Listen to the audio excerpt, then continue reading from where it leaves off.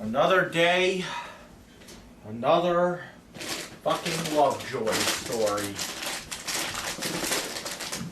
I am getting it, you know, I am getting this fucking close to just saying fuck it and just saying I don't want to go back to fucking doctors. I don't want to fucking get more medication. I don't care. It's getting to that point. I'm this close. This close. Because it's getting me angry and it's getting me frustrated. And right now, this is affecting my mental health. This whole neighborhood is affecting my mental health. So, you know, according to that judge, I should be staying away from anything that's anything and anywhere and anybody that triggers me. And right now, Lovejoy triggers me. Okay. Can't have a day go by without something weird happening around here. Right? Seriously? Can't have a fucking day go by. So what am I fucking talking? What happened now? Well, last night I again with the fucking medication shit. I go down well, last night I called in my order for Januvia. Okay? Called it in and called in yesterday, right? I'm gonna go down there to pick it up. And of course, there was another problem with the insurance. No, it's yet another thing going wrong in Lovejoy, right? And yeah, I know. Oh, this has nothing to do with Lovejoy. This has anything to do with the insurance company. Yeah, that's what they said at fucking Rite Aid. They were like, don't get mad at us. We're just the messenger. Yeah, well, you've seen what happened to the messenger in 300. Anyway, I know this isn't about Lovejoy, but it's happening here. It's not happening in North Buffalo. It's happening to me here. Okay, and if it did happen to me in North Buffalo, I wouldn't even give a shit. You know why? Because Lovejoy, I hate Lovejoy already. So, every little thing that happens here, I have to nitpick on. Okay?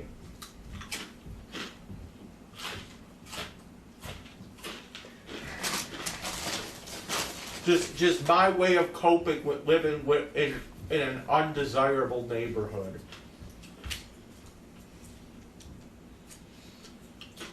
And,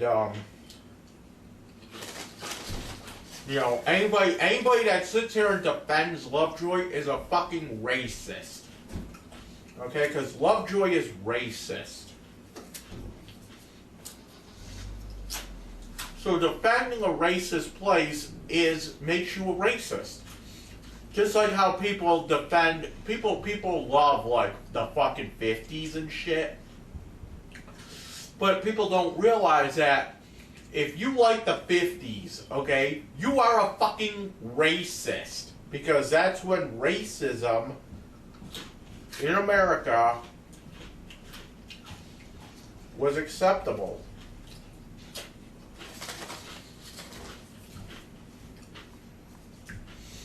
When you like Lovejoy, okay, you're pretty much saying, fuck the black people that had to suffer and get shot and stabbed and their houses burned down because they're black. Fuck them. I like Lovejoy because that's where my family grew up. Yeah, well, your family grew up in fucking racism. Okay?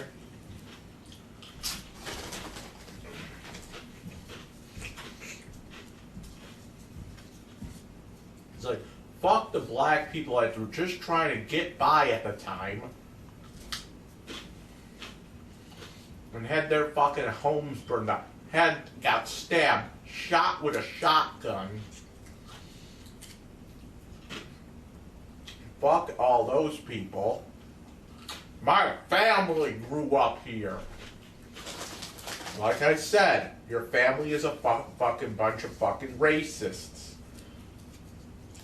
And you know, I like going into those old 50s diners. Yeah, well, guess what? Those 50s diners are racist. Because they're imitating a point in American history where racism was very acceptable.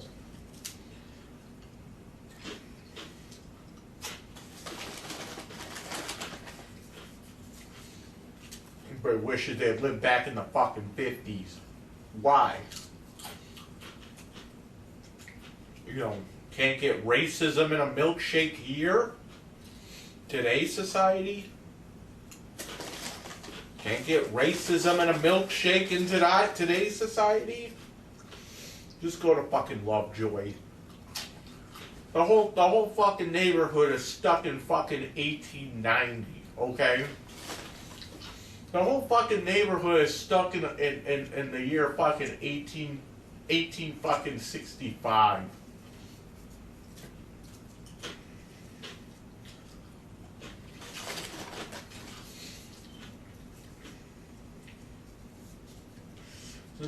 It's stuck in fucking.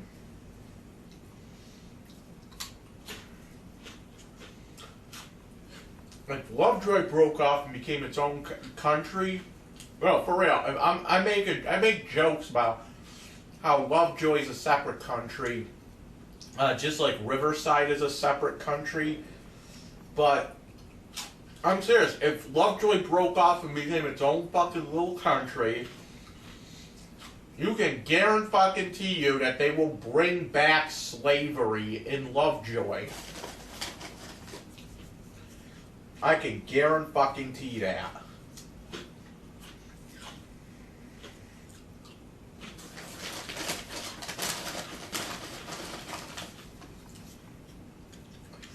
It would be like they would have all these black slaves, and they have all kinds of black slaves running around here, and you know, in these days, instead of fucking picking cotton, they'll be fucking tending to the fucking meth labs in the houses. They will be making the fucking crack cocaine around here. They will be fucking mixing the fucking heroin. Well,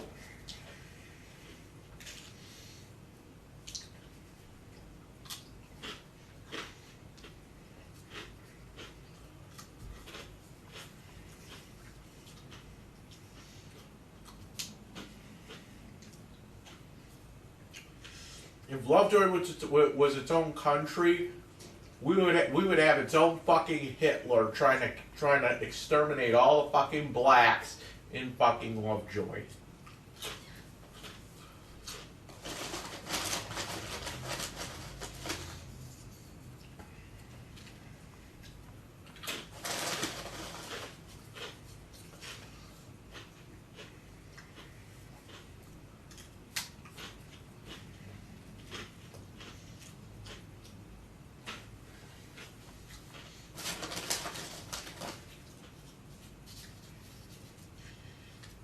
And we would have Lovejoy would have a war with the rest of the United States. Wait a minute, why did I say the rest of the United States? Lovejoy wouldn't be part of the United States, so it would be a war between Lovejoy and the United States.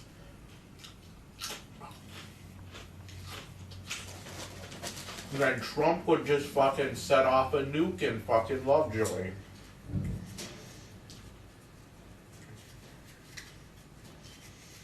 That's all.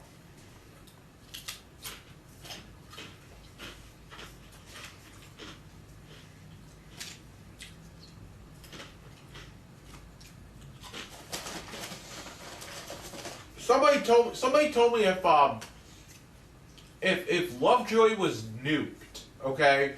Somebody said that makes no sense if Lovejoy gets nuked, because if they get nuked, if Lovejoy gets nuked, the rest of fucking Buffalo gets nuked. And I'm like, you know what? Because it's powerful. Let's say, from what I understand, if fucking Rochester got nuked, Buffalo would be in a blast as well. That's how powerful the nuke is. However, okay, how about this? Don't we have like little, can't you just make like a little fucking small nuke? I'm serious about this too. Can't you just make like a really, can't they just make, isn't it possible just to make like a really fucking small nuke that will nuke just like a neighborhood or something? I'm actually serious about that too.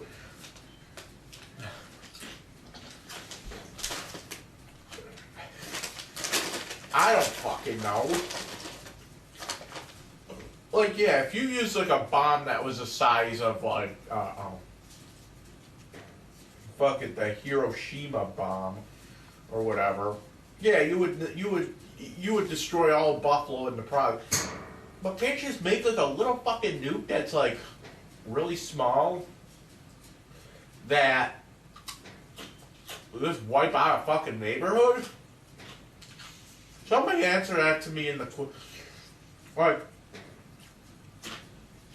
Is it possible to make like a nuke that is like the size of this? It's an earplug. Like, it's just the size of this thing, and they drop it, and just go boom like that, and you can pretty much kill off an entire neighborhood. Somebody get back to me on that, because I'm really curious to know, because usually nukes are like the bomb that they use, they're usually like probably like the size of my fucking room, my apartment here. Is that right?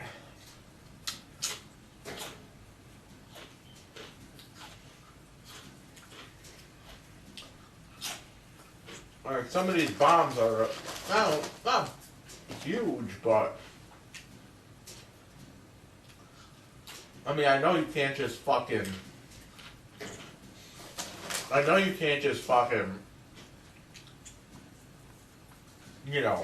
pick one up. But like something like the size of that, you can imagine if just like your average person get on a hold of a nuke that size. Then all they have to do is just take it out of their pocket and throw it on the ground, and the whole neighborhood goes up.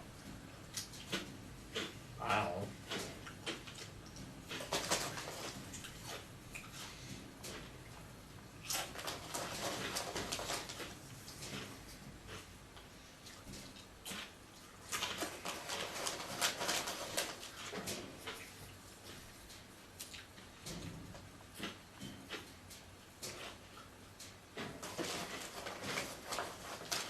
I mean, they have those. Don't they have those? Don't they have those weapons in the Fallout game? I'm pretty sure they have like a mini nuke launcher in Fallout.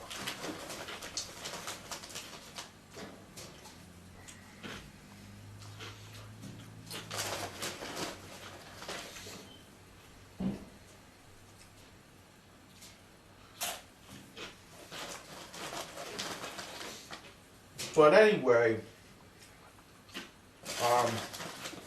so what happened today?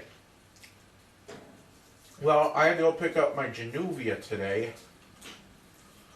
and of course, my fucking insurance is no good again. And it would cost me like over $8 for a Januvia, which, whatever, you know. People are gonna say, well, it's just $8. That's not the point, though. The point is that this is Lovejoy, and I shouldn't be paying anything. You know? Fuck it. This was fucking Canada, okay? If I lived in fucking Toronto, you know how much I paid for that prescription? I paid nothing. Nothing! Okay? I would pay absolutely nothing.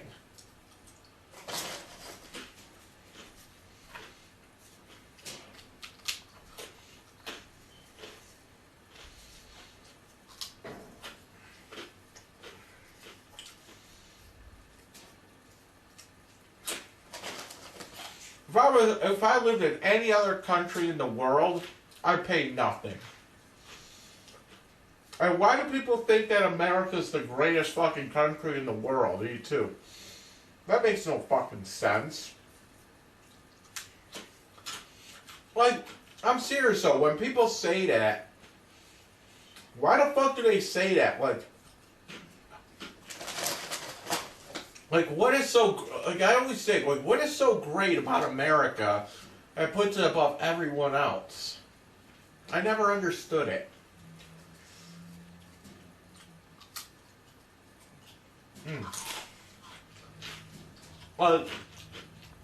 What's so better about the United States than Canada? I don't fucking get it.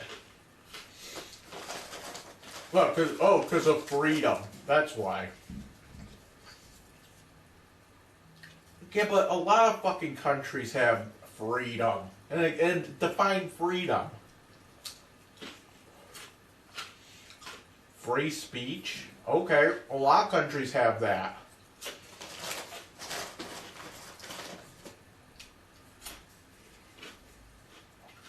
Canada has it.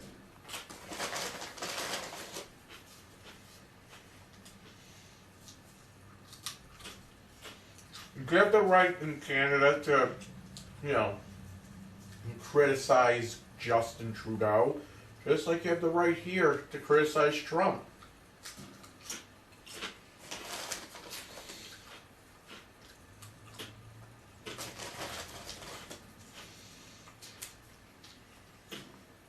No, seriously, tell me some things that are better about America. That are better than most countries. Now, I know. If you don't like it, move to Mexico. I'm not talking about Mexico. Mexico's a shithole. Okay?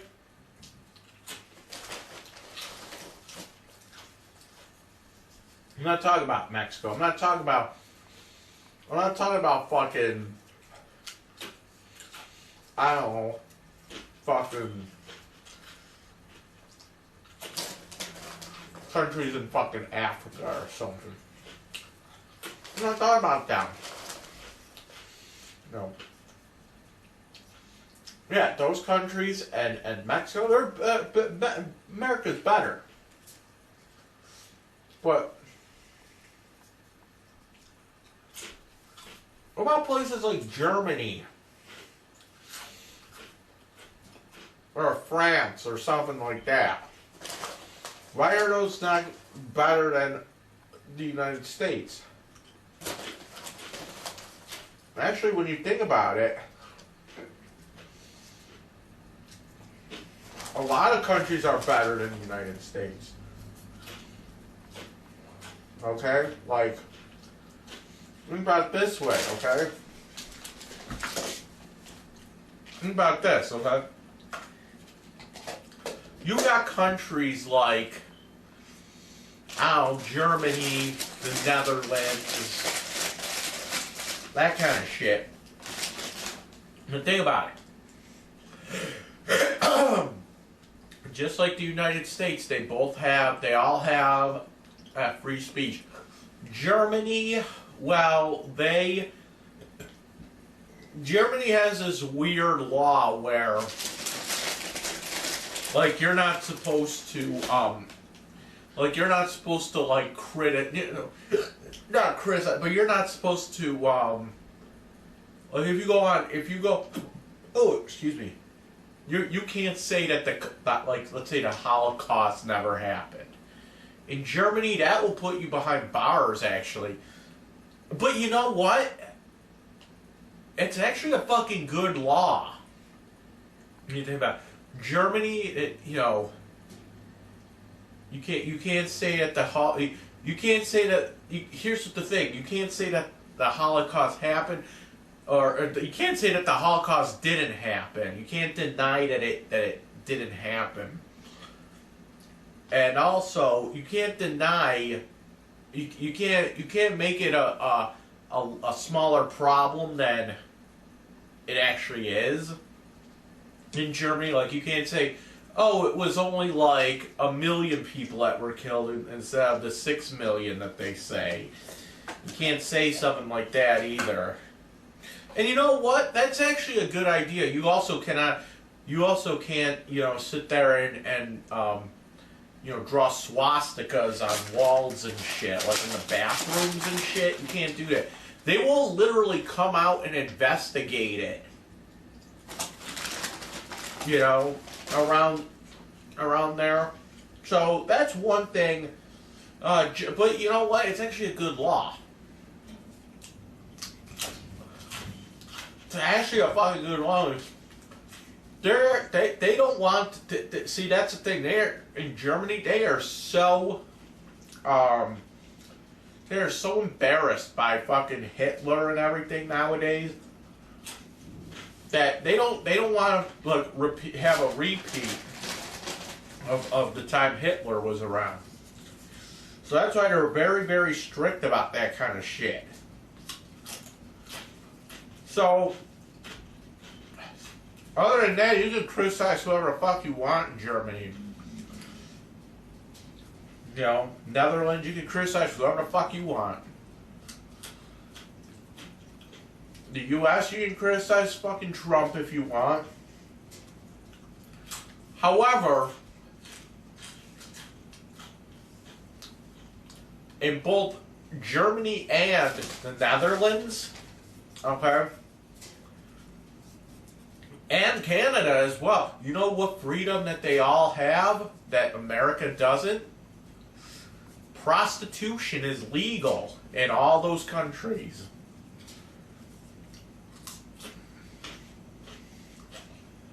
Like, you can go to Germany, you can go to fucking Netherlands and get a fucking hooker and no one will even say a word.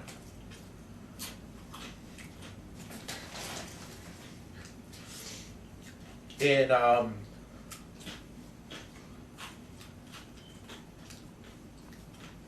Germany and Netherlands and in Canada coming up in a couple months. All those countries, weed is legal. You can go into a fucking store and buy weed. You can go into a 7-Eleven and buy weed. I don't know about 7-Eleven, but you can go to any fucking corner store in the Netherlands or fucking Germany and buy fucking weed. And coming soon to fucking Canada, you can do the same thing. You can buy weed in Canada. I think it's like in July or something they're making that legal. Ow.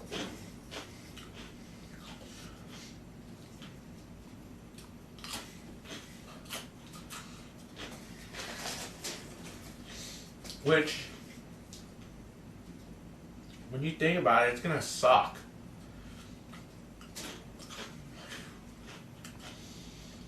Because you can't, you know what they'll do? What they're gonna start doing?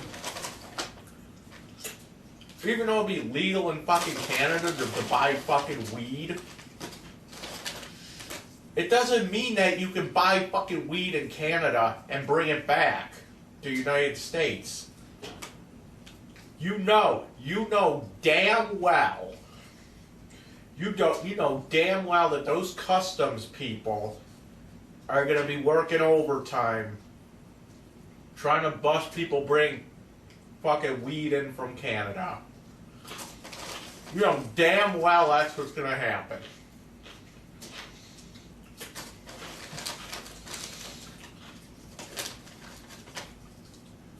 So it's like I can't just go like you can't just go to Canada like one day. You know, I'm gonna buy some weed in Canada and bring it back. No. They will bust it. They probably will be looking for that shit too. They probably will be.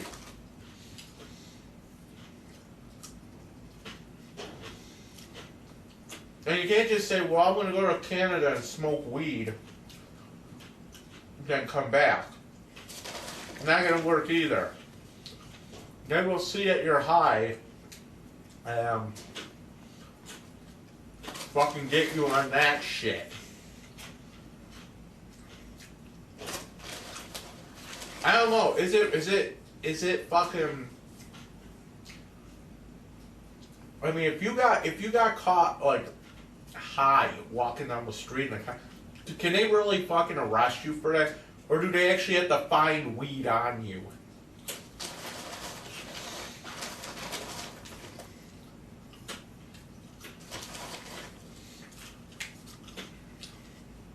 Ow.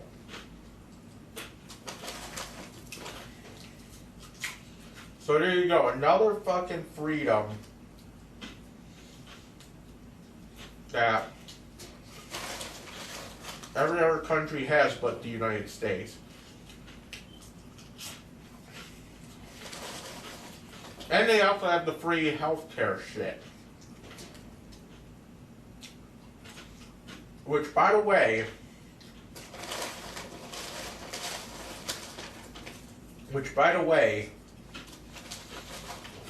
if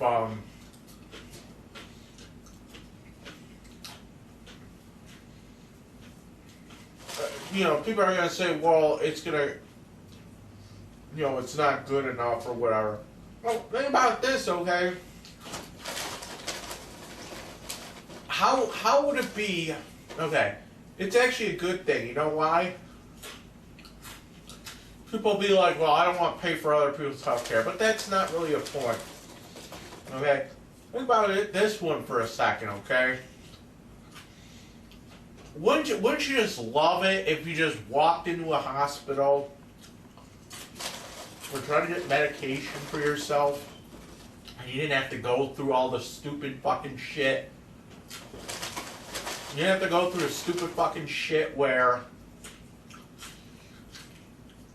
you know, it's been approved, it's been denied, that kind of shit. Wouldn't that be great? Wouldn't it be great that, like, your old fucking grandmother can go to a fucking doctor, and because she's old, she doesn't have much money. You're sitting there and saying that you want to deny your old fucking grandmother a fucking. It would be nice, you know, that anything could be just approved. You wouldn't have to worry about it not being approved. You know, grandma needs a new hip replacement. Okay. Well, grandma has to pony up $500,000. Well, that's not fair. Then grandma doesn't get her hip replacement. Oh well. Wouldn't that be great if you just walk in and say, grandma needs a hip replacement? Alright, let's go. Instead of worrying about the fucking insurance and the red tape and all that. Some people say, oh, you're waiting for a long time with that shit. I don't know.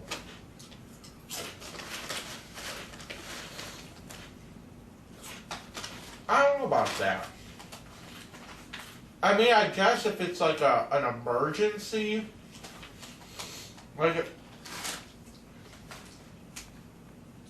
if somebody came into the ER and they're having a heart attack, they're not gonna be, you know, they're not gonna wait for like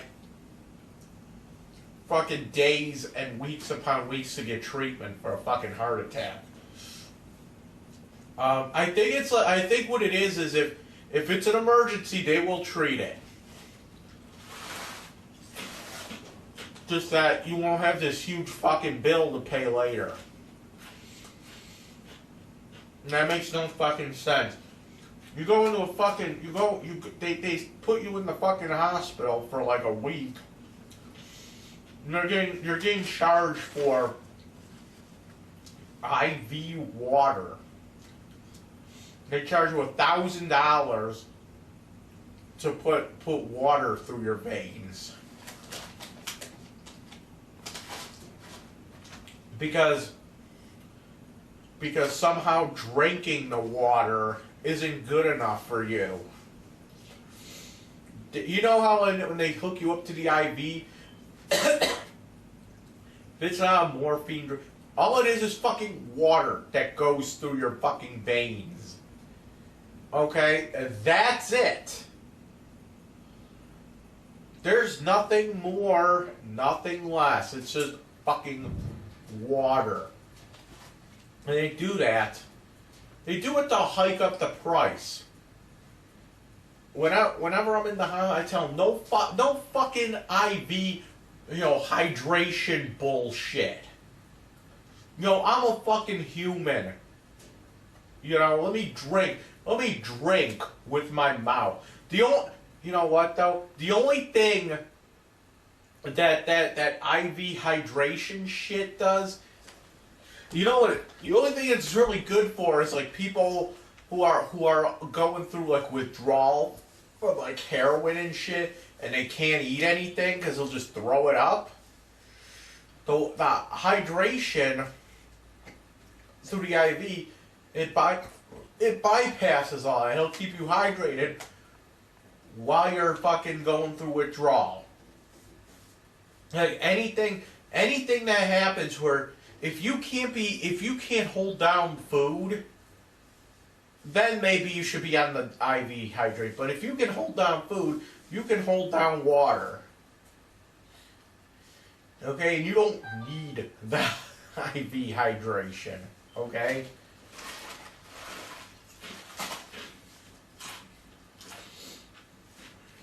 You don't need it. It's just another way for them to make more money off you. It really is. It really is, to be honest.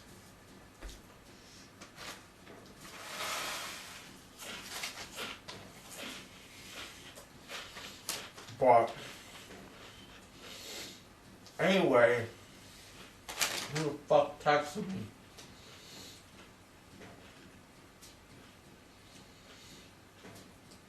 Dragonlordfrodo has sex on tape.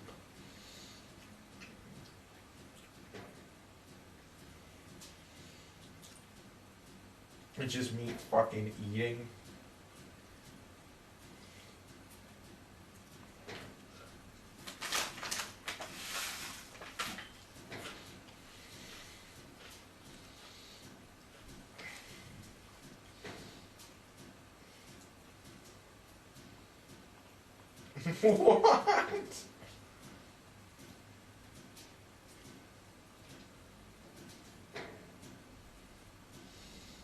What? Wait.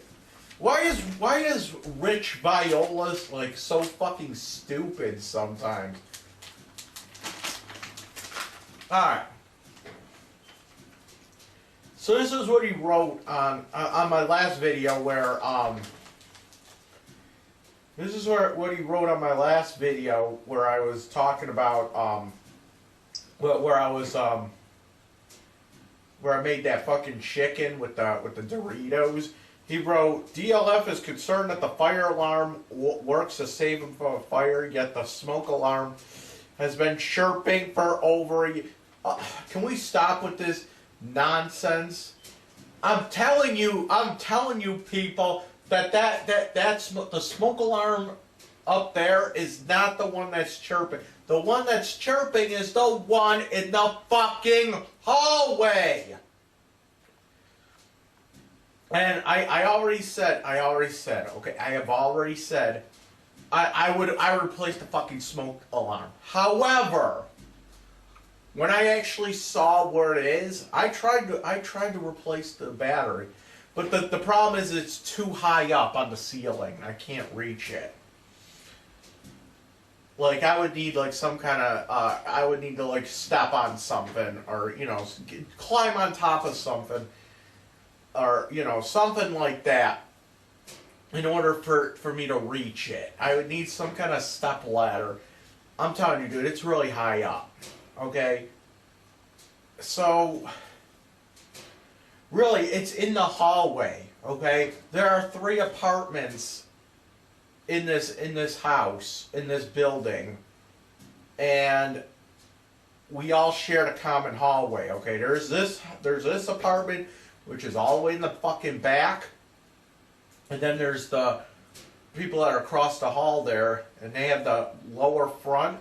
Then on top, there's another family that lives upper front. So it's upper front,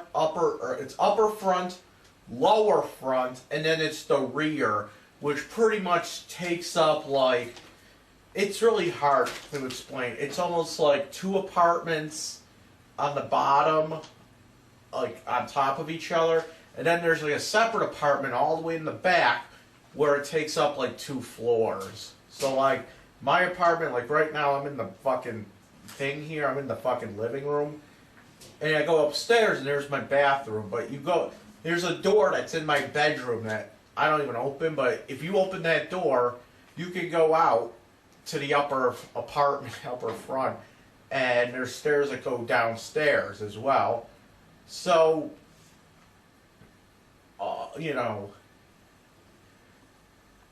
it's kind of like it's upper, lower, and then there's one that kind of takes up both the upper and the lower. It's just like, it's an apartment, but it's more vertical, if that makes sense. Well, we all share the same fucking hallway, so somebody needs to fucking, you know what? If I can find something that I can stand on, that I'm not gonna break my fucking neck trying to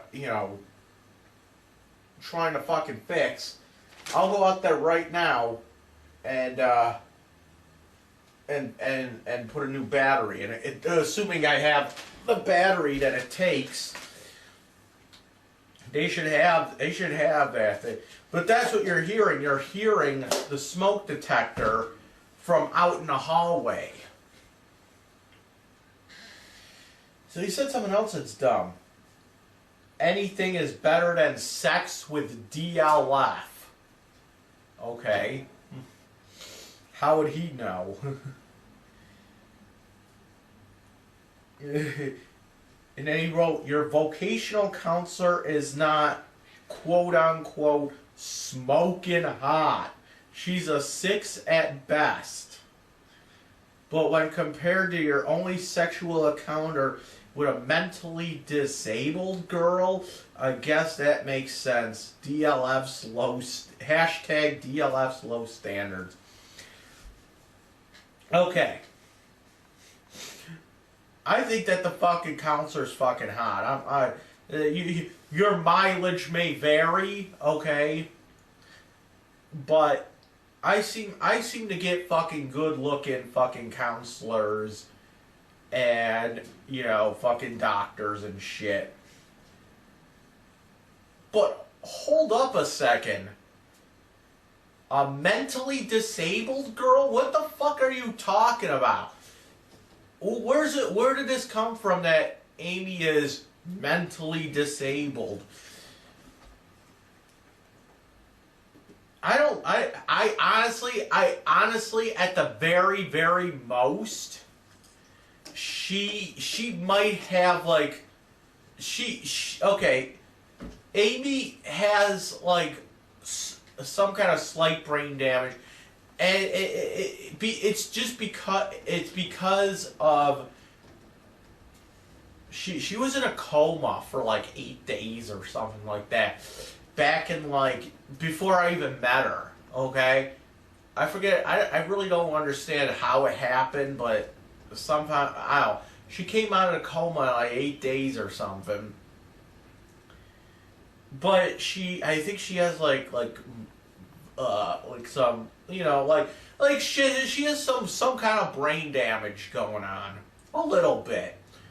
But she's not like stupid.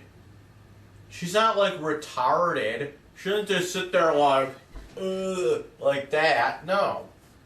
Like, she has a job that she's been going to. Like, she probably makes more money than you do, Rich. Okay? She probably makes more money than you do. Okay? She works at like a group home. She's not no I don't know. She doesn't just work at a group home. She manages the fucking group home. Okay, I don't know I forget the name of the place it is, but it's some group home that she kind of like, she's like the head supervisor over there. Okay? She used to work at fucking Mighty Taco. But then she makes like a lot of money, to be honest. Amy, she makes a little, at least, she makes at least like, I don't know, 60 grand a year. And you're over there bitching because you didn't get your Christmas bonus. Okay? You're over there bitching because you didn't get your Christmas bonus. And as for the vocation, I think she's fucking. I'd bang her. I'll say it. Are you sure you're even? See, I got the hot. I got the hot counselor for the vocational shit, and I got the hot fucking smoking hot Indian, doctor. And didn't you also say that the doctor, the Indian doctor that I have was hot too? Like I think you said you bang her. Come on, Richie.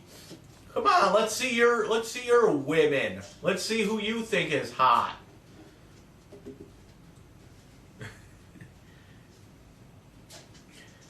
Come on. You're probably gonna say that shit. You probably would say you probably would be the guy that would say that what's his name, Rick Vallone's ex isn't that hot. Come on. You're probably like, she's like a 5. And I'd be like, yeah, a 5 out of 5. All right, enough with Dickie Vallone and his hot. I thought I saw him. I thought I saw him like maybe a couple of years ago at some show, and he was with some other girl, and the other girl just looked nasty. I don't know if that was him or not. Like, I never met him, but it was just another chick. She was just way too fucking skinny. Like, here's the thing. I don't like those, like, real fucking skinny chicks. And it's like he downgraded. He downgraded to this new, like, if that was even him. I don't even know if it was him. And I don't even remember what show this was either. I'm trying to think about what show this was. I believe it was at some Club Infinity show, but I could be mistaken. I honestly think it it was either, I'm trying to think of the shows I saw at Club Infinity now.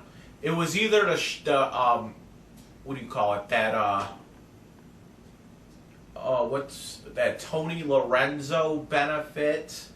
It was either that one or it could have been that Dying Fetus show. I really can't remember, to be honest. It was either one of those shows, and there was a guy I thought was, because isn't Rick like really fucking short?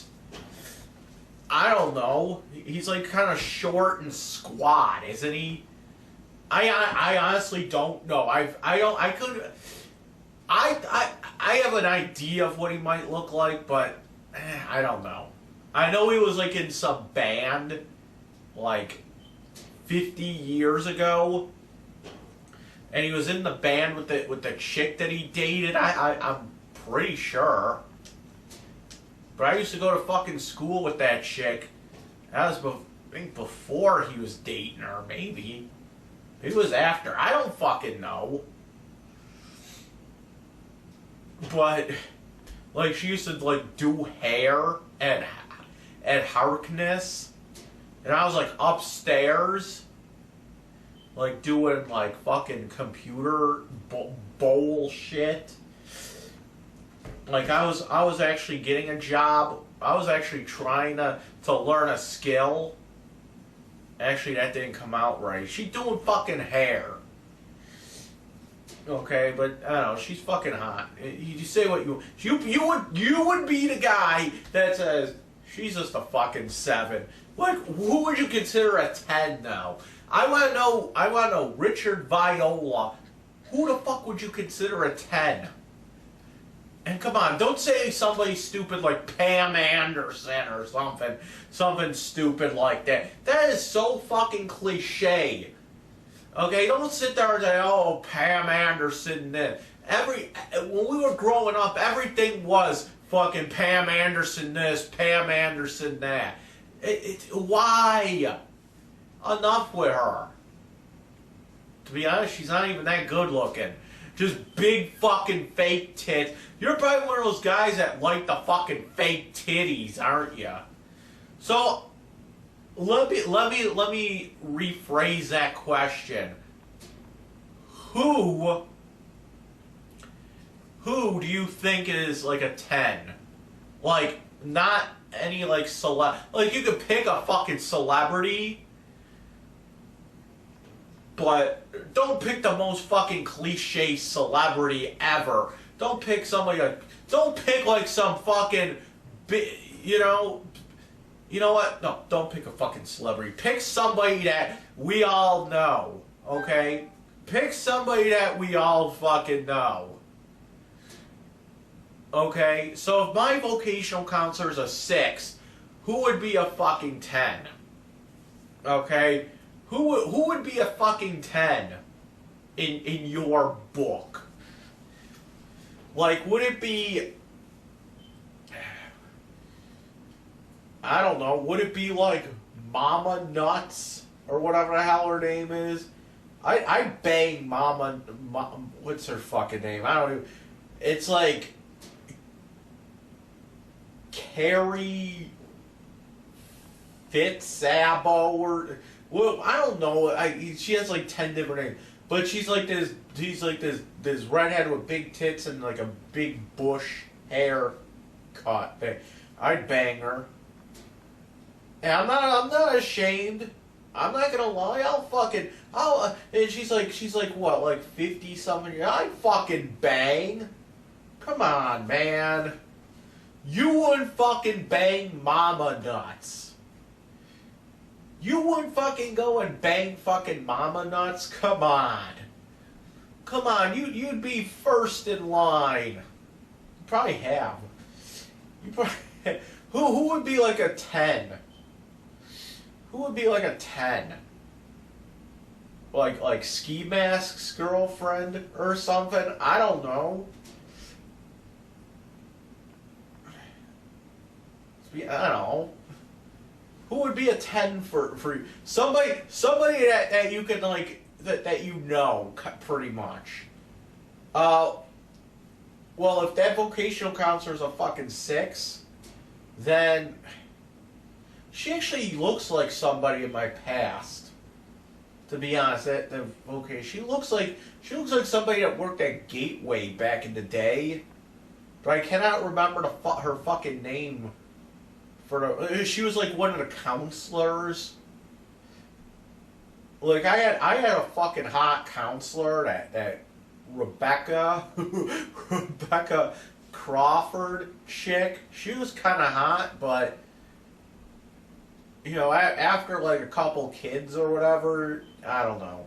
But anyway, there was another counselor that was doing her job.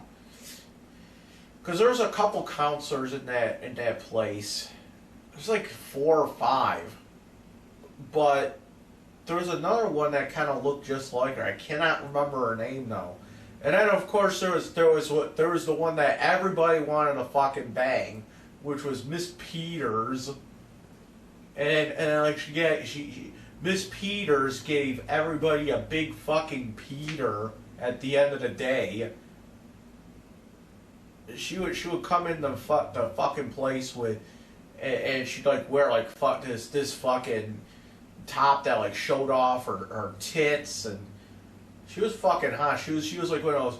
She was like those older fucking ladies that were like. She was like, yeah, I know how to suck a dick. You know. Oh, by the way, I'm getting off topic here, talking about women with Richard here.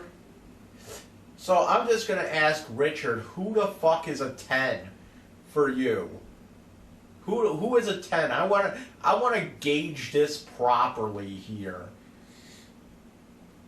Because if she's only a 6, then who the fuck is a 10 in your book? Okay? Because then I could probably adjust her accordingly. And I give out that, like, I probably have like a different standard of women than it's not a lower standard, but it's a different standard. Like, I think it's the whole fucking package. Like, if she has, I factor in if she has, like, a sexy voice, and I factor in if she looks like if she looks like she could, you know, suck a mean dick, or if, you know, I don't like those, like, real, like I said, I don't like I have a counsel, like, I have a therapist, okay? It's a woman. And she's okay looking, but she's just too skinny for me. Okay, and she's not bad looking, but it's not my style. I don't go for the real fucking skinny chicks. Okay,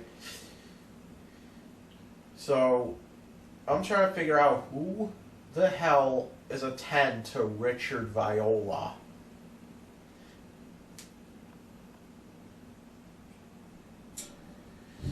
Like, okay, so you say my ex-girlfriend Amy isn't cute. Amy's cute, but she's maybe a 4 out of 10 maybe. Okay, I'll be honest. But she makes up for it because she loves to fucking have sex. Like when we were dating, it was like whenever she came over, it was first thing, fucking get that big dick out, puppy. I'm gonna suck your fucking puppy dick. And I'm like, okay. And you know what? It was fine. And she liked it up the ass, so she gets points for that. And so she always like when I come on her face. So she gets points. She might not be the most like fucking hottest woman ever, but she gets points because she looks up the ass. She likes to take it in the fucking face. She likes to fucking eat my fucking load all the time. So I mean, So that's what happens.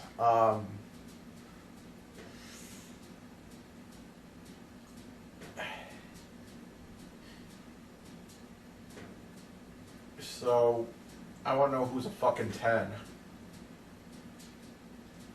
And before you say, oh, Amy, you should see the other girl I fucking dated. You should see her. You should go and see this fucking beast that I dated after Amy.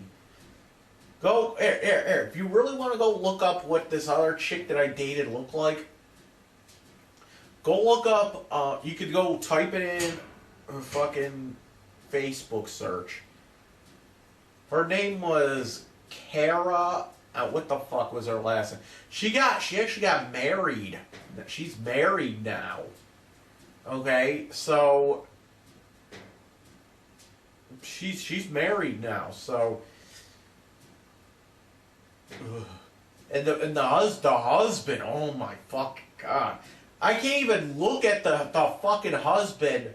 Like the husband just looks like I can't even look at him because he just has his. I can't stand the way he looks. Like have you ever hated someone so much that you can't even look at somebody just because they just look bad. Like I can't even look at this guy because he's that bad looking. You thought I was bad looking. Look at this girl's wife. This girl's husband, I should say, not wife. If she had a wife, it'd be fucking hot. Either no, it might look good. The girl is fucking better looking than the husband.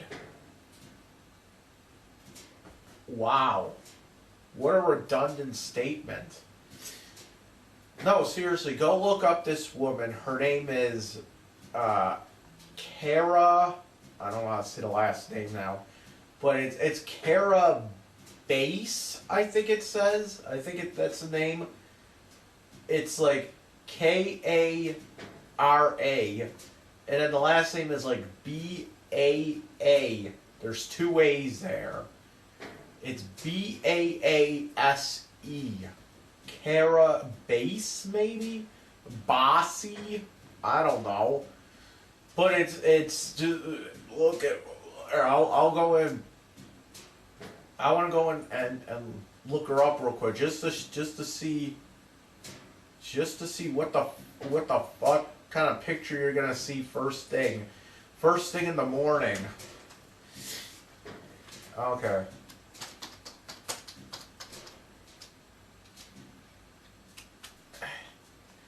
Yeah, go look at this chick. Oh my god. Okay, so the fucking picture she has, the first picture you see there, that's not her husband. I don't know who the fuck that is. That's just her and some guy. I don't know. But look at. I can't even look at her.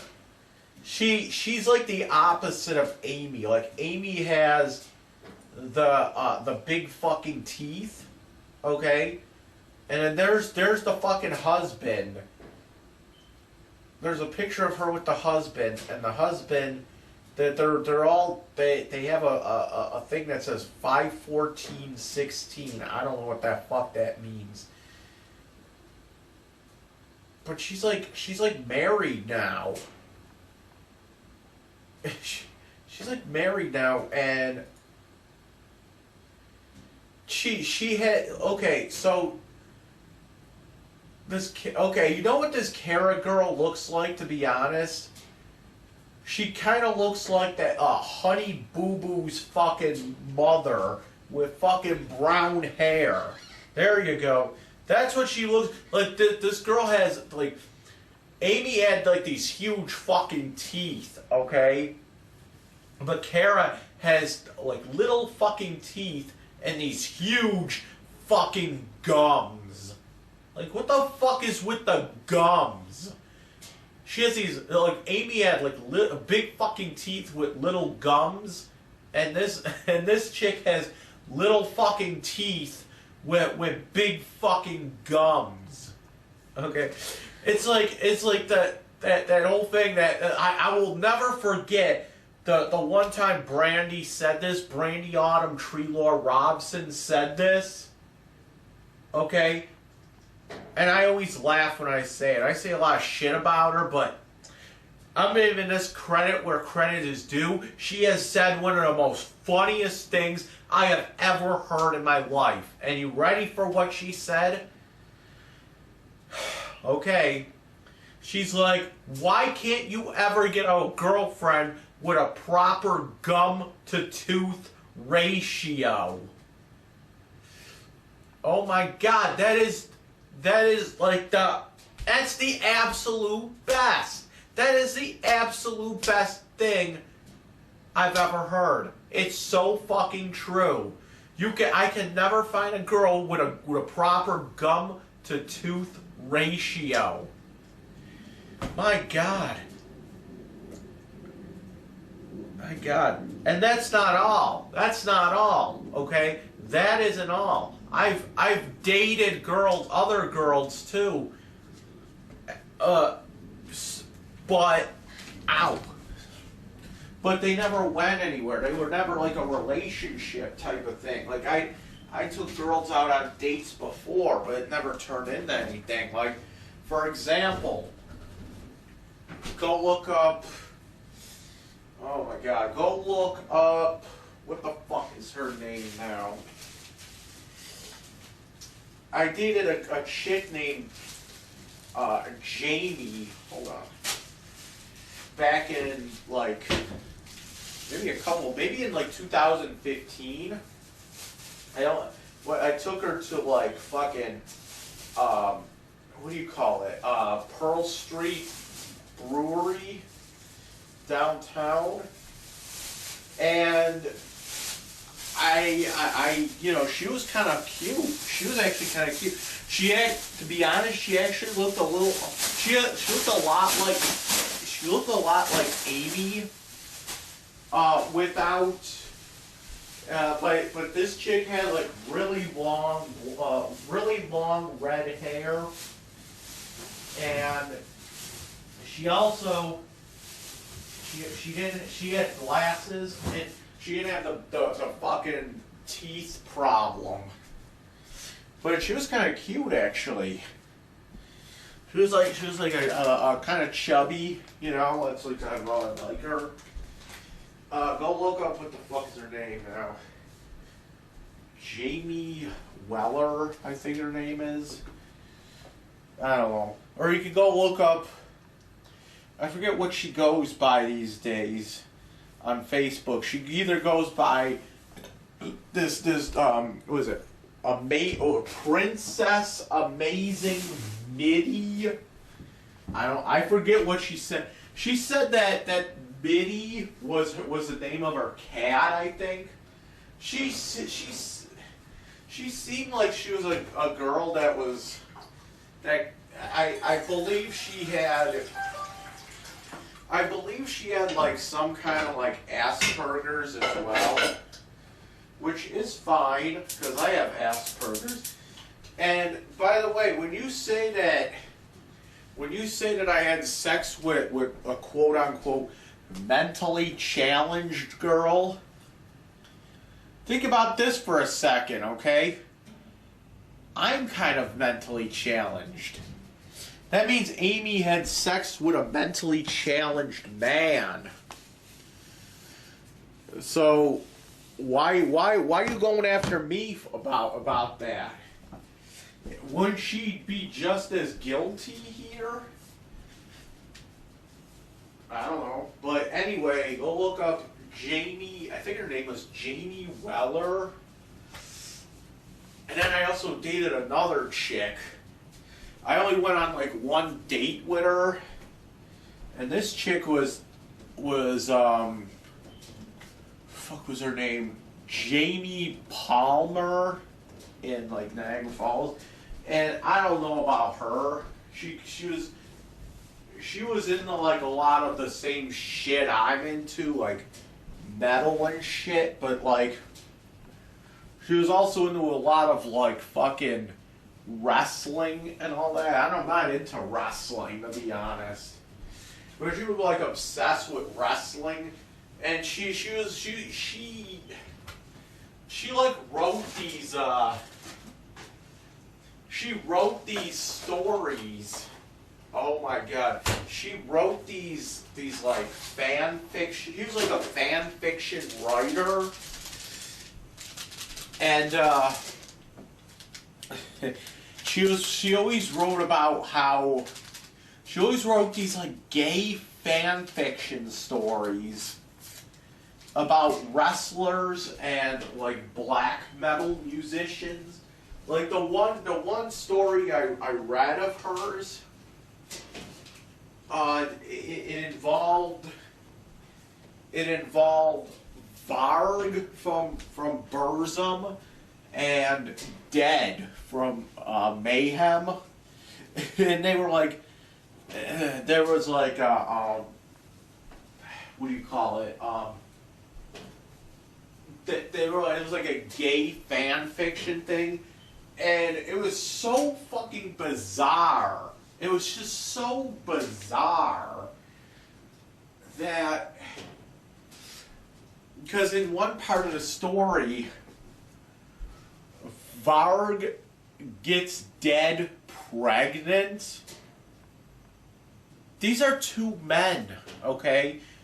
I was like, how the fuck does that happen? I was like, how the fuck does Dead have the baby then? What, does he like piss the baby out of his dick? And she's like, well, it's obvious. He cuts the fucking baby out of him. Oh, okay. So it's like, it's this weird fucking thing going on with these women that I date. And then you got this other chick that I dated. I actually hung out with this chick for a while, but we never had sex. And that's unfortunate because she's fucking hot too. She like one of the fucking hottest women that I probably went on dates with. Her name was Gabrielle Filipski.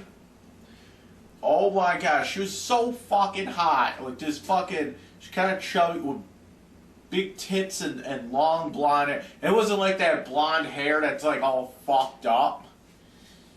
It's like really nice long blonde hair. But she was also kind of weird too. Like she was always just like.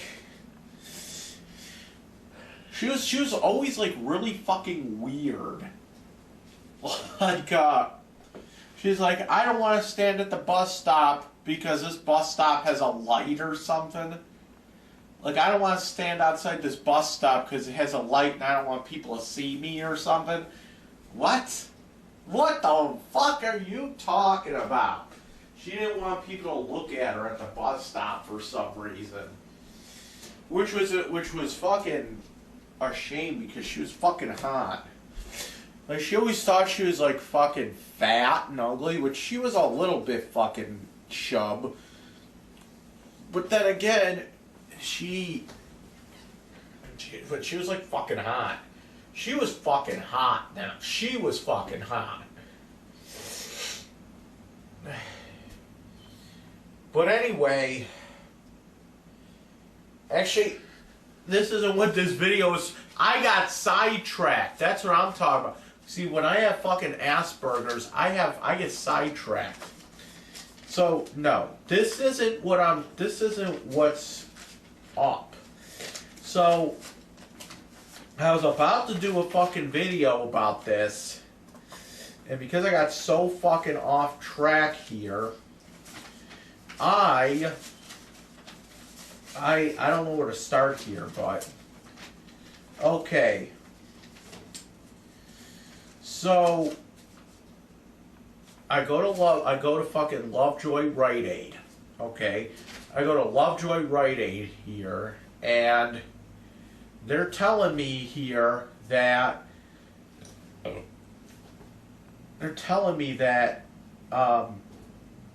Blue Cross has been the Blue Cross Blue Shield insurance has been terminated.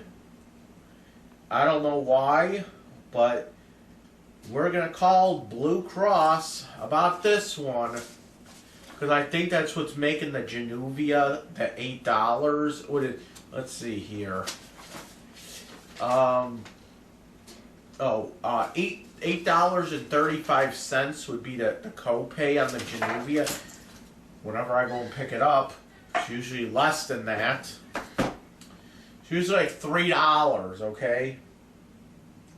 So I have right here my Blue Cross Blue Shield card here. So we're gonna call this son bitch here. And yeah, it says copay. Oh wait. Okay.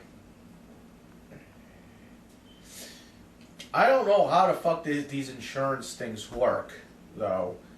Is it the Blue Cross Blue Shield? Like, is that only for like doctors and like hospital visits? And then like the prescription is like a totally different insurance? Is that how it works? Because I always hear people say shit like, "Oh, we get dental and vision coverage." Is that a separate insurance? I thought that was all under the healthcare insurance. I don't fucking know anymore. Like, it's gotten to the point where everything just changes every single day over here. So we're calling Blue Cross Blue Shield here.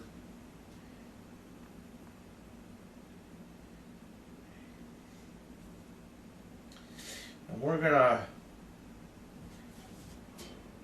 Shield of Western New York customer service. Of course. Available representative will assist you. Okay.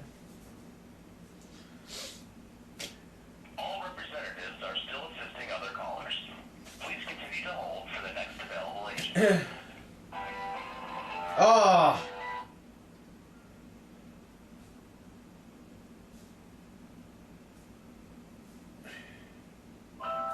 I hate this fucking music. It's so irritating me.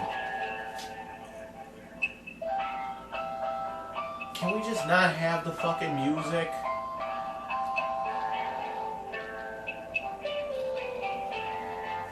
I hate this music. Because it doesn't sound good at all. Like, it just sounds like... Oh, here we go. Thank you for calling customer service. My name is Emily, and who am I speaking with today? My name is Michael Constantino. And how can I help you? Hi.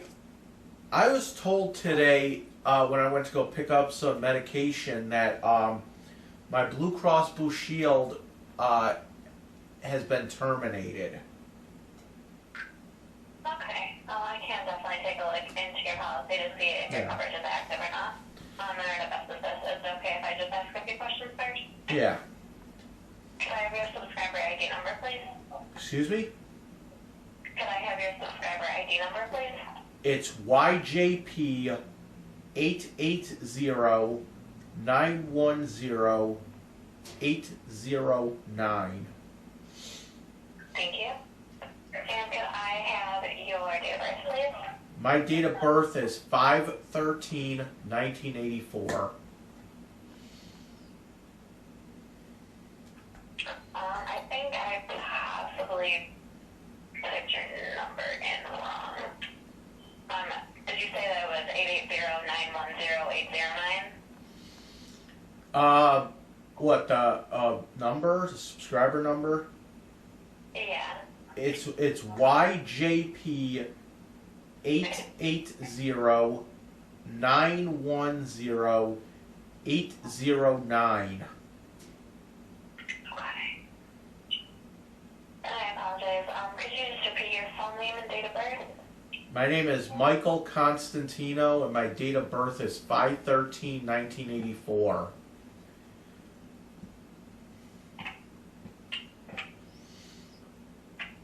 Yeah, I'm not showing that. I can look you up by last name and date of birth.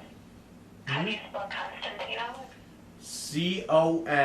CONSTANTINO. Antino. Thank you. You said it was 5/13/1984. Yeah. Thank you. Okay.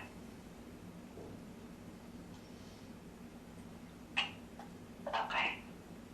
And then could I have your full address with zip code, please?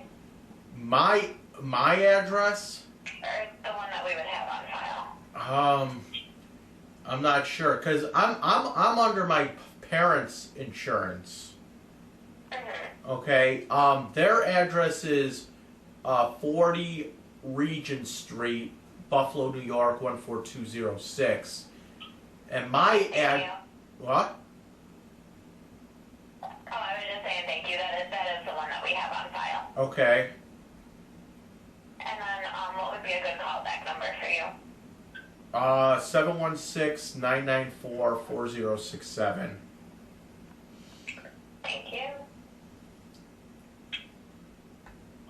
Your ID number is actually 880-910-804. You were saying 809. Is it 4? Oh yeah, it is. Sorry, it is 4. I can't even. Okay. I can't even read anymore.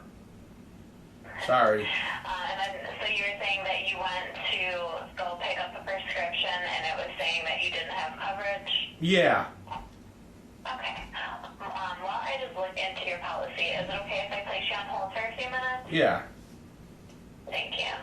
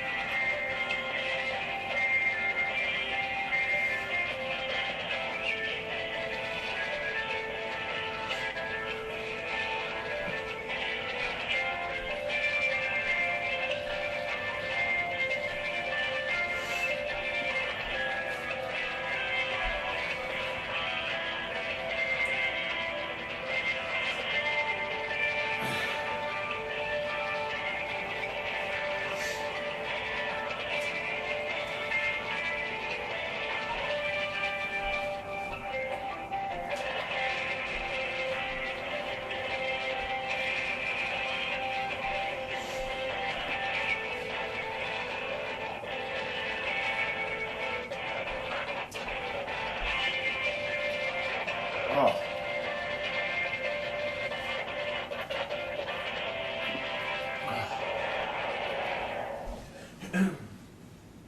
Thank you for holding.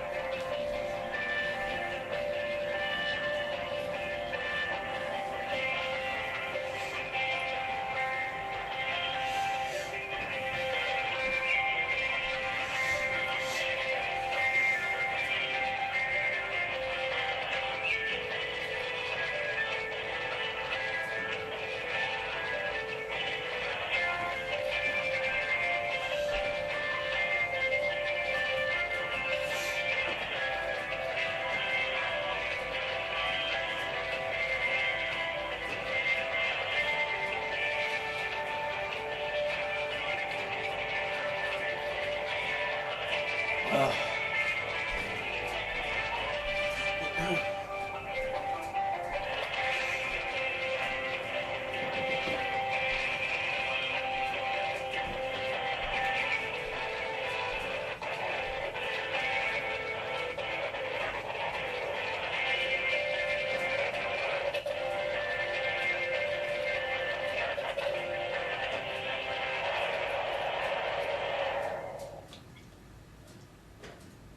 you for holding.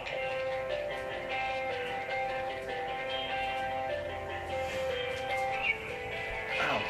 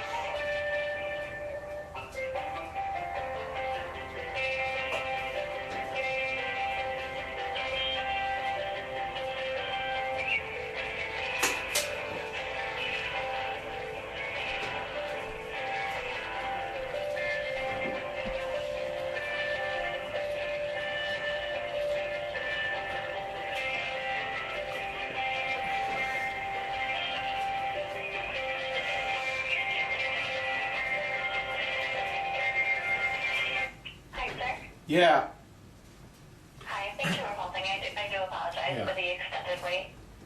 I was just looking through your policy. I'm actually not showing that we handle your prescriptions. I would just advise to possibly contact the employer group just to see who does administer the benefit, because I'm showing that we do not handle the pharmacy benefits.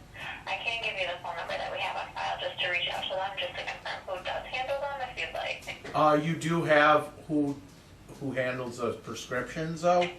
Unfortunately, I can't see who does handle it. I'm just showing that it's not handled through us. So you pretty much just cover like the hospital or something? Yeah, like medical, so like Okay. office visits, hospital, just not pharmacy. Okay.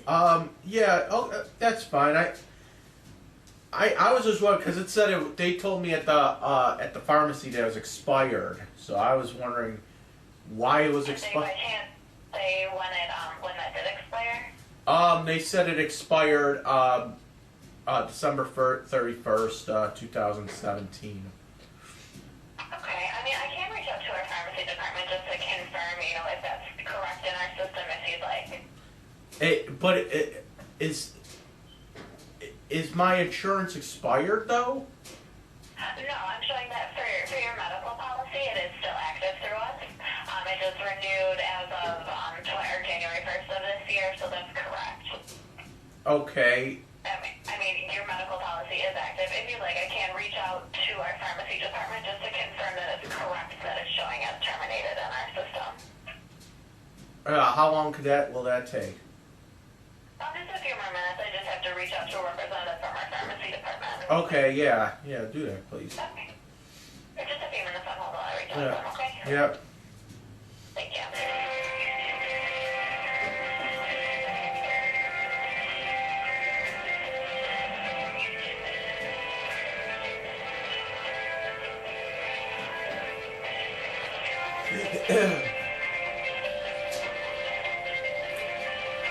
Ah.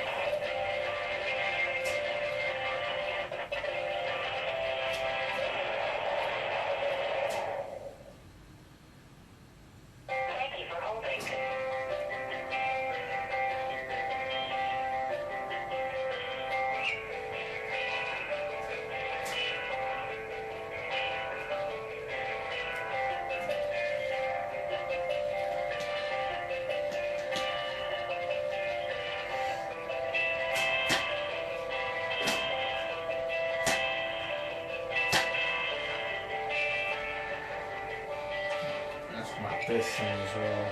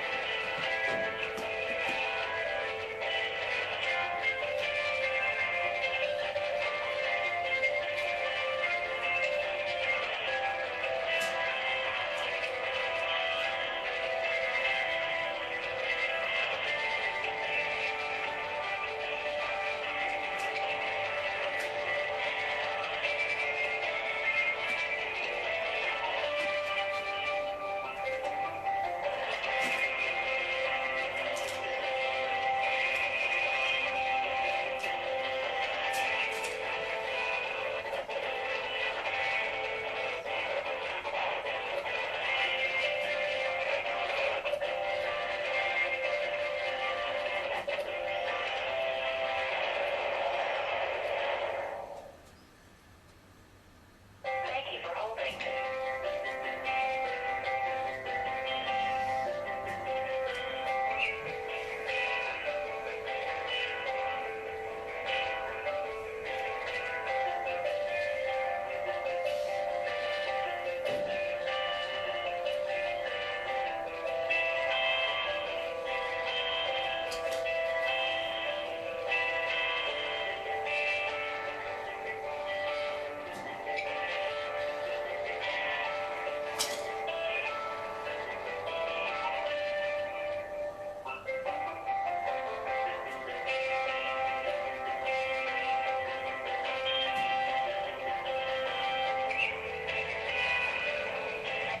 Hi, sir. Yeah. Hi, thank you for holding. I do apologize for the extended wait. I did reach out to our pharmacy department, and there was just a little bit of confusion. I'm showing that you do have a separate policy for the prescription through us. However, it was terminated on January 31st of this year, and we're showing that as of February 1st, you're not active under the pharmacy policy. So you do have coverage through us. It's just on a different ID number, but I am showing that it did terminate on January 31st. So I would, and I did contact the pharmacy representative who said that she didn't have anything in our system saying that you should be active, after that 131, and then to just contact the group just to have them send over the insurance or the information to make you active, if it's correct that you're supposed to be. Okay, so that YJP 880910804 number, that's no longer active. And, so that, I apologize. That one is active. That's your medical policy. Okay. I can give you the ID number for your old pharmacy policy, if you'd like. Because you did have a separate pharmacy policy. Well, I actually just went out and checked the mail, and I got these two new cards in the mail. They're from Blue Cross Blue Shield. I just checked the mail, and it does say in the bottom Medicare prescription drug coverage. They're white cards. And Is that, I apologize, do you have those in front of you? yeah, I just got them out of the mailbox when I was on hold. Does it say the subscriber ID number 990111895? Yes. And then have group number 004238822? Yes. Okay, so that is your pharmacy card. It just unfortunately for some reason it's showing that for that card you were only active from January 1st through January 31st, and then it was terminated. So I would just contact the group to see if they would send over information to make that active again, just because it's currently showing as terminated in our system. And the weird thing about it says subscriber, and it just has my name on it. Yeah, I am showing that you're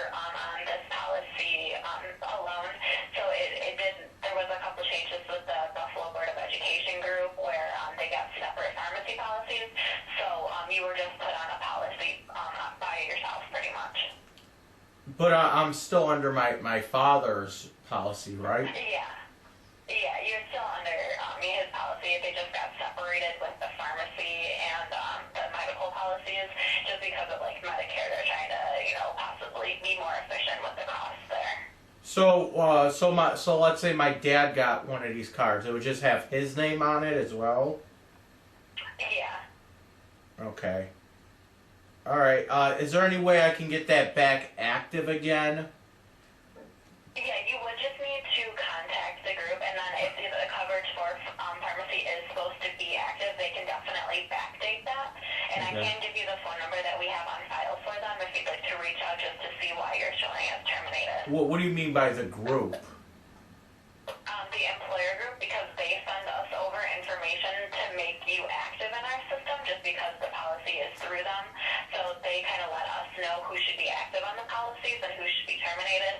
And because we got that information to terminate you, that's why it's showing that way in our system. So to make you active again, you would have to contact them. I would have to contact who? My dad's old employer? Yeah. I don't have that Because information. that's who the... I don't have that Yeah, information. I do have a phone number on file for them that I can provide you. So I'm pretty much going to be talking to my dad's old boss, pretty much? Oh no, it'd be like the HR department or whoever handles the insurance for the his employer group. Alright, what's the phone number? It's 716 Okay. 816. 816? Yep, and then 3754. 3754. And so after I get that re-enrolled or when I'm back on that policy, then I would just use, like if I want to go get a prescription, I would use this white card. Yes, correct. And it'll be like the same number.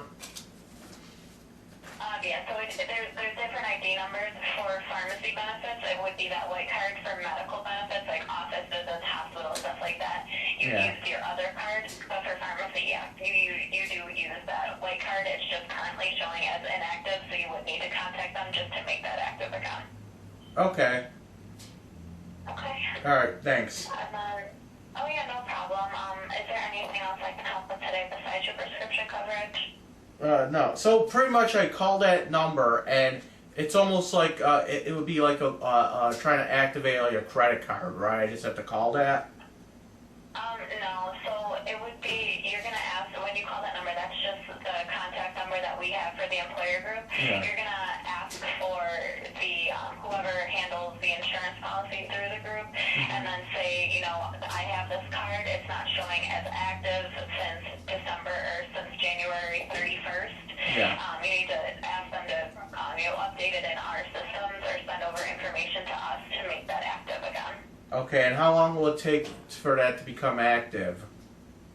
It would just be depending based on when they send it over to us. And so Okay. once they do send it over, it will pretty much take effect right away. But we can't make it active until they send us over the information. So it really would be done based on when they send that over to us. Alright. Alright. Yeah, that's about it then. Okay. Well, thank you so much for calling. I do apologize for the confusion there, but I hope you have a good day. Alright, thanks. No problem. Bye-bye. So now I gotta call this number. Everything is I gotta call this number and that number and everything in between. Hold on. So I gotta call my dad's fucking work now, I guess. I guess that's what you would say. Benefits office, Loretta speaking. How may I help you? Hi, I need to speak to someone that handles the insurance. This is the benefits office. What do you need help with? Hi, I got a card in the mail the other day, and it says that the card is inactive since January 31st. What kind of a card? It's Blue Cross Blue Shield. It's a white card for Medicare. My name is Michael Constantino. Are you a retiree? My dad is. Who's your dad? My father is Ralph Constantino. Is that who got the card in the mail? I got the card in the mail. Okay. You got a card in the mail. You don't work for the district? My dad used to. He retired and I'm on his policy. Okay, you're on his policy. Okay, Michael, let me look that up. Okay.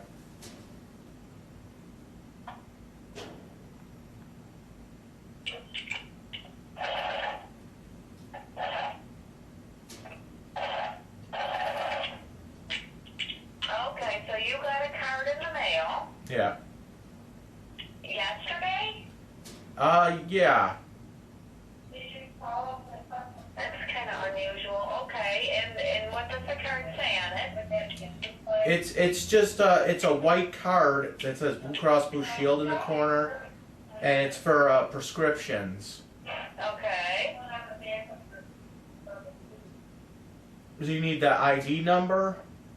Okay, no, I think I know what that's for. It says RX on it and it has your name on it? Yeah.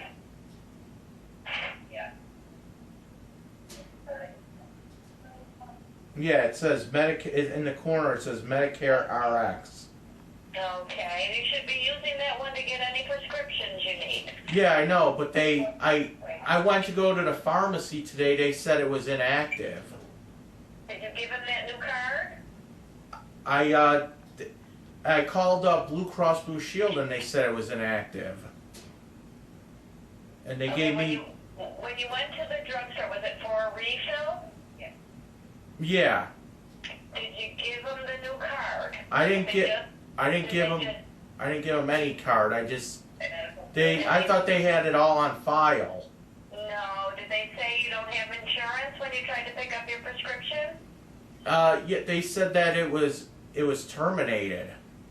Okay, you have to give the pharmacist that new card because your other one was terminated.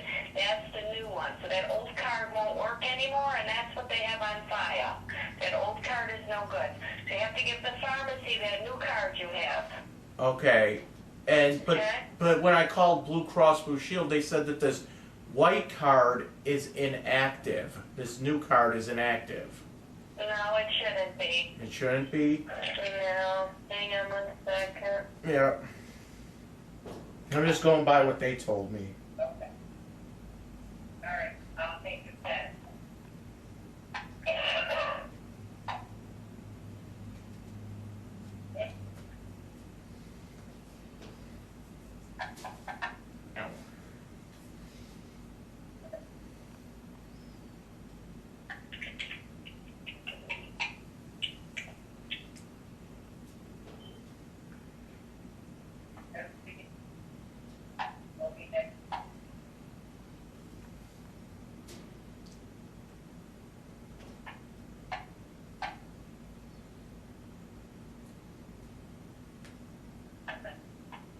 Nope, I'm showing it should still be good. Give the pharmacist that new card. Okay. You might have been looking up your old number when you called them. All right. I'll see what Okay. I'll see what they can do. All right, give the pharmacist that new card that says RX on there, and you should Yep. be fine. If you have any problems, call us back, okay? Yep. Thanks. You're welcome. Bye-bye. All right. I don't know what the fuck is going on here, but I don't know. I don't know anymore with these people, with everybody. I don't know anymore. So I gotta go back down to the pharmacy. I gotta go back to fucking Rite Aid again. Do I really want to take that fucking walk? I don't know. Right now, I should.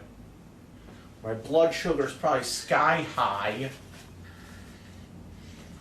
Let's check my sugar. My sugar yesterday was fucking awesome. It was like at like 100 all fucking day. I ate. I don't even know what the fuck. No, you know what it was? After the fucking Doritos and everything. It was like at 100 after all the Doritos and shit. That was fucking awesome. The chicken, ow. That's what I'm talking. That's what I'm talking about. I mean, hold on. I think that green tea is helping a little bit.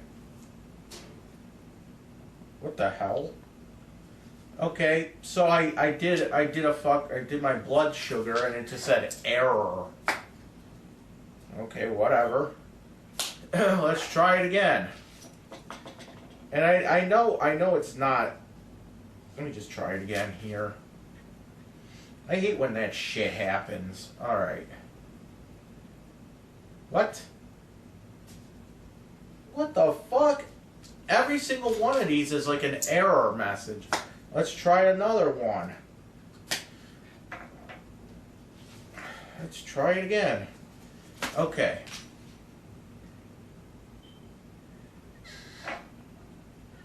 Okay. Oh shit. Damn, that was hardcore. That was actually fucking awesome. Hold on. Oh, 274. That was fucking weird. Why was it doing that? Dude, I never actually... Dude, you know what just fucking happened? So... I was, Dude, I actually never saw this happen before. Only in, like, movies and shit. You poke your finger and then you squeeze it a little bit. I actually saw the blood just squirt out like that. Like with force. No, I'm gonna try to do it again. I'm gonna try. How the hell do you make it do that? I don't know. It happens. Come on, do it.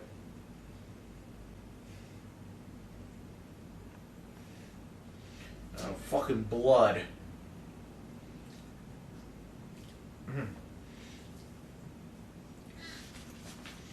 Yeah, I mean, I just ate a fucking sub in 10. So, I mean, that might have raised it. But, you know, when I did that fucking chicken with all that, my blood sugar was still like 100. You know, I need to, like, the problem is with eating healthy like that, like eating like less carbs and shit, it's hard because everything is a fucking carb nowadays. Everything has some kind of weird sugar in it. Everything, somehow I think that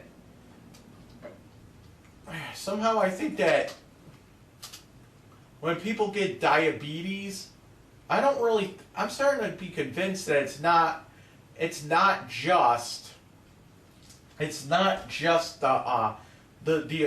like eating a lot of sugary shit.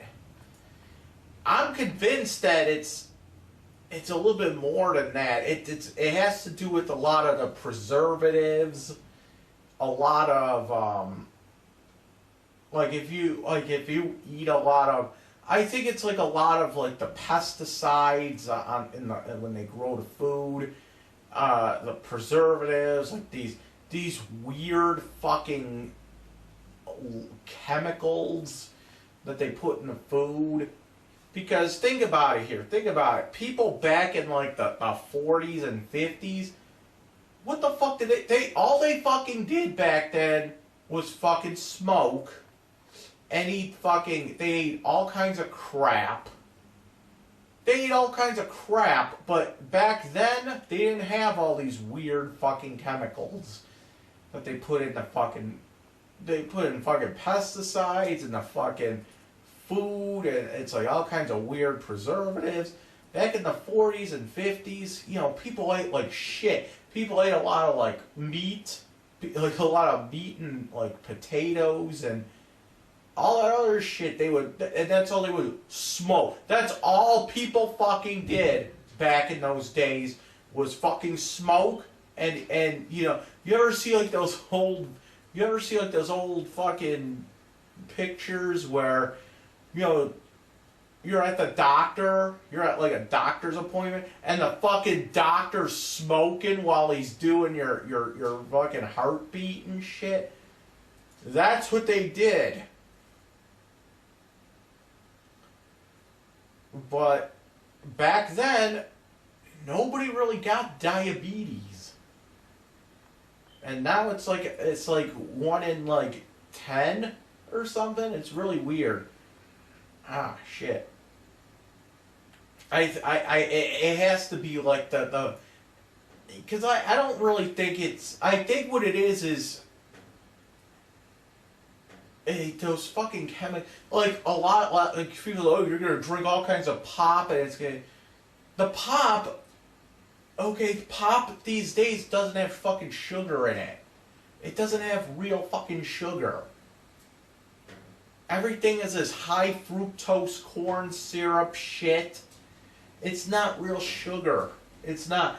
And then when you go and find shit in the fucking store, you go and find shit in the store, and now everything's like made with real sugar, as opposed to what? I know what, high fructose corn syrup, and it's not just. It's what that is. It's some chemical. It's a fucking chemical that makes things fucking sweet, because it's cheaper to make than just putting fucking sugar in it. That's why I won't drink pop. I won't drink pop anymore. You know, because first of all, I think pop is addictive as fuck. Okay, I think pop in itself. I think pop is actually kind of as addictive as like smoking cigarettes. Like I never was a smoker. I never smoked a cigarette in my life because I never liked the smell. I never liked when people smoke. Like you smoke, it gets all over the place. You know what I'm saying? I'd rather drink my fucking drugs, you know what I'm saying? And that's like the basis of my fucking life. I'd rather drink my drugs and I'd rather eat my fucking drugs. Because that's the thing, like I kind of enjoy doing like fucking marijuana sometimes. I kind of enjoy it, to be honest. But I don't like fucking smoking it. Because I don't like fucking smoking. I don't like smoking a joint. I don't like smoking a cigarette, you know? Because you smoke a cigarette and you fucking cough up a lung, you know, the whole fucking bit. You know, and then you're smoking, and then it gets, the smell just gets all over the place. It's a fucking mess, you know what I'm saying? So what I do is when I get fucking weed, I fucking make fucking butter out of it and get high that way. Cause to me it's more enjoyable. It's like I'm knocking off two things. I like to fucking eat, and then like on top of it, might as well get high while you're doing it. And I don't get high just because like that. I don't really get high that often. All right, maybe if Eugene comes over one day, I'm gonna ask him to bring some fucking weed over or something. I'll buy it. I'll buy the fucking weed off him. I don't give a shit. All I need is probably like a 10 bag or something. I need some fucking weed in my life. But you know what it is? I just like getting fucking high and then just laughing at stupid shit, and then recording it. And then the next day I like to look back at it and say, wow, what a fucking retard. But no, seriously though, seriously. I think drinking pop, and believe me, I've been drinking pop all my fucking life. Up to maybe about a year ago, I stopped drinking pop. That's all I would do is drink pop after pop after pop. I would get like 2-3 liters, a liter bottle, and I could down those in like an hour. 2-3 liters, I down those in an hour.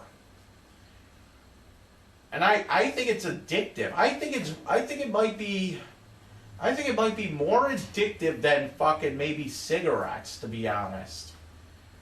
Because or as addictive. I don't really understand. I don't really get the. I wouldn't really understand how addictive a cigarette is, but you know, to me, I look at a cigarette and it's just like, how can anyone just sit there and fucking smoke?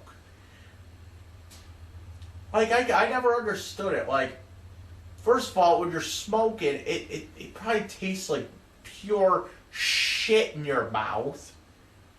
It like, to me, it probably tastes like, to me, when I would imagine when you're smoking a cigarette, it probably tastes like if you ate something, like if you ate a piece of burnt popcorn, and you get that like really bad taste, like that bitter taste in your mouth. I imagine smoking a cigarette would be that same kind of taste. Like, I can't imagine just keep lighting them. I can't imagine that. You know what I'm saying? That's why people smoke those menthols, because they say it like, when they smoke it, it's like a, it tastes like a fucking mint. But it's like, who the fuck cares? Just fucking pop a mint in your mouth, dude. Just like, I like to, like, sometimes when I was in jail, the big thing I would do in jail was I buy like these cough drops, because the food there was terrible. You know, the food in jail was terrible. Except for pizza night. Pizza night was fucking good. But everything else was fucking nasty. It's all fucking brake pads and shit over there. That's what one of the other inmates said. That the food was made out of brake pads. Like, what?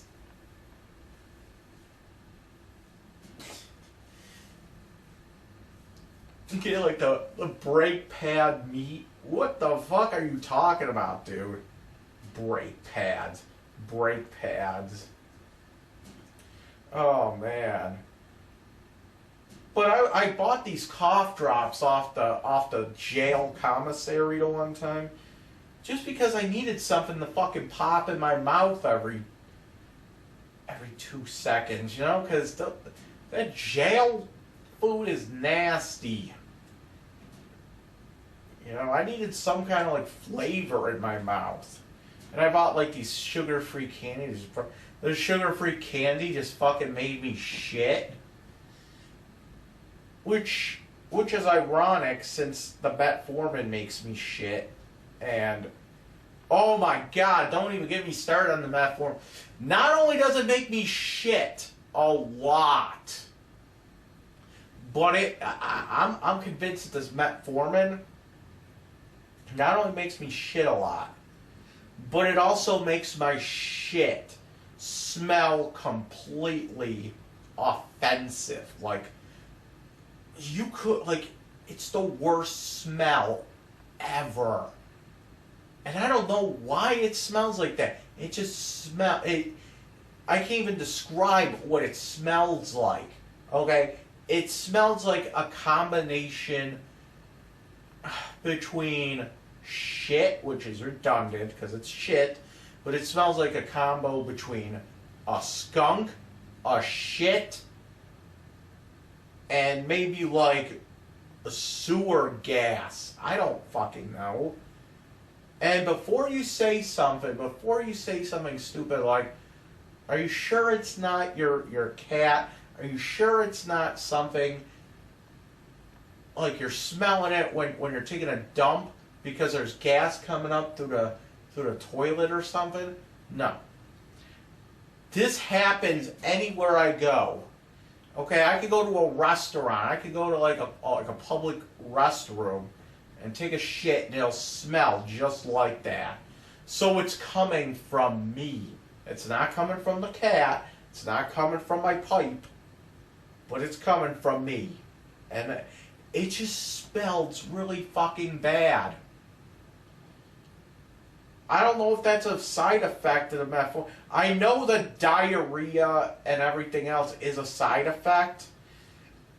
Even the fucking doctor said that. But not only does it doesn't just smell like shit. It smells like fucking, it smells like fucking skunk and fucking rotting garbage and just a backed up sewer, and oh my god.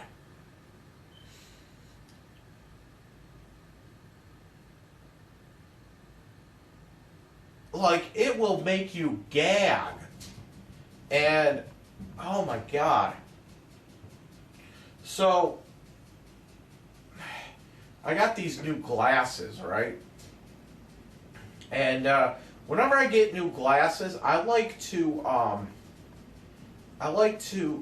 put a little dab of super glue, like on the screws, like here and here, and I like to put a little thin layer of super glue, like around the edge of the lenses here, because that's what that when you super glue down the lenses like that, it keeps them from coming out. And you know, these fucking screws are like super fucking small, and it does help, because whatever. But a lot of times too, what would happen is like these like pieces here, this whole piece here, these little sides here, like they go like this. These things can break off as well. And then, I don't know why they break off, but I think what it is after a while they get all like corroded and shit. They told me that it's because sometimes you can take off your glasses one-handed, like that, and that's why it breaks. And over time you're taking them off one-handed like that. But I don't know about that. I don't really see why that's a problem, but I was so fucking stupid. I ended up there's like a little screw that holds it in place. I try to put a little bead of fucking super glue on that just to make sure. Guess what happened? I ended up super gluing my glasses so that you can't even bend them. I actually got the super glue off, and now they bend, but it just seems like really stiff right now. But yeah, look, I can do that now. But before, I was like I had to like soak it in like hot water to like loosen up the super glue. And then like I had to like kind of like, it loosened it up, and then I had to like kind of break the super glue off. But now these things can bend.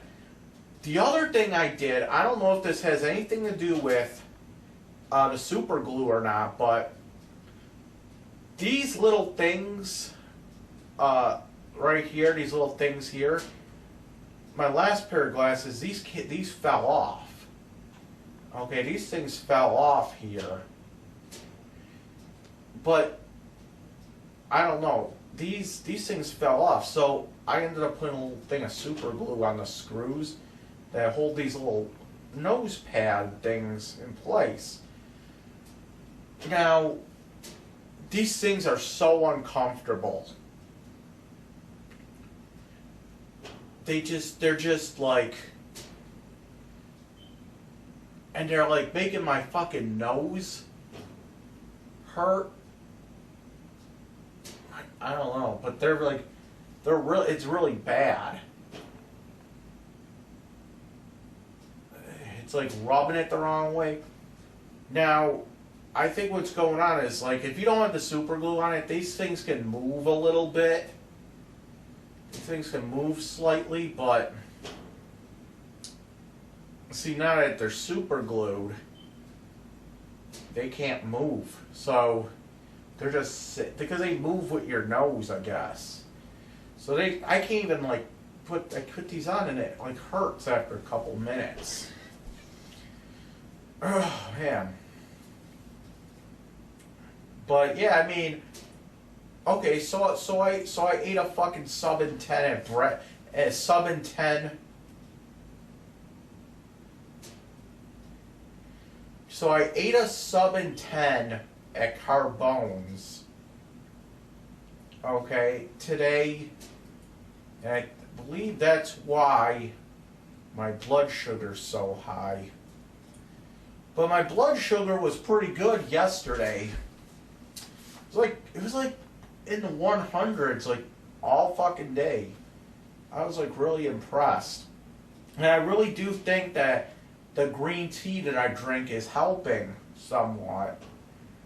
They say it does help. They say that it does help with blood sugar. So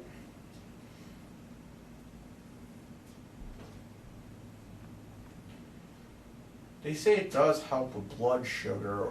What movie is this? Annihilation?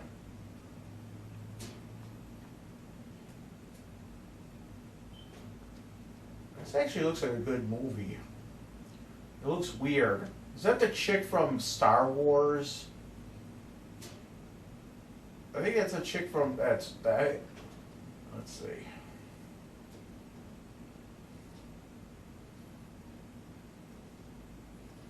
Well, it is a chick from Star Wars in it, but it's not the chick that I thought it was at first.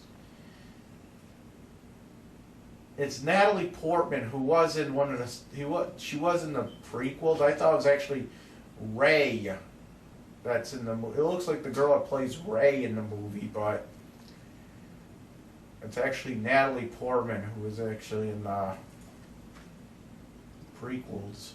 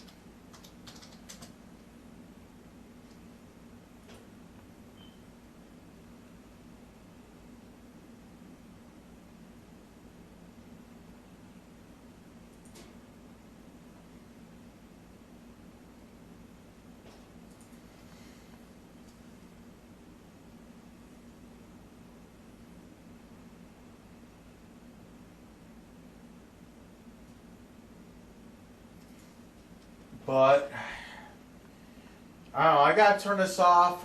I'm not gonna upload this video just yet. I'm gonna wait. I'm gonna go down to the fucking pharmacy. I'm gonna go down to Rite Aid right now, and I'm gonna see what happens with that insurance. I'm gonna go turn this off. I'm gonna jerk off real quick, and I'm gonna go down to the Rite Aid and see what the fuck happens with this. This is Dragonlordfrodo, and I approve this message. Thanks in advance for watching this. Alright, people, enough with this shit! Can we have a fucking day where shit just doesn't go completely fucking wrong in Lovejoy? Because this isn't happening in North Buffalo, this is happening here! And I've been talking, I don't care if it can happen in North Buffalo. The point is that it is happening while I am living in Lovejoy. Fuck, can we just have a fucking day where I don't go completely fucking insane because of Lovejoy? So I just went down to fucking Rite Aid. And my dad's work just completely fucking lied to me on the phone. And they said that my insurance was active. Well, I just went to Rite Aid and they said it's inactive. So now I gotta call my dad's work up again. And before I talked to the fucking rudest fucking woman ever at my dad's work. She should be fucking fired, okay? So now, I don't even want to call her because she's so fucking rude. But I have to fucking call her because... Do I really have to call her? Do I really have to fucking call her? Why am I not just saying fuck it and just stop going to fucking doctors, stop taking this bullshit. It's a fucking bullshit. Look, fucking Matt Foreman, bullshit. Fucking, where is it? Fucking glucometer. I got to take this out of the fucking case. Fucking glucometer, bullshit. I'm tired of it. Where the fuck did it go? I hope I smashed that thing into bits. I am fucking tired. I didn't even break. The fuck?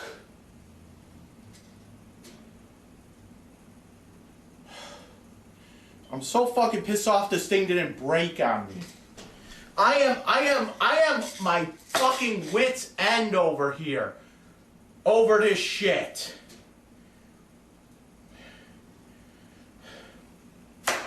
Fuck!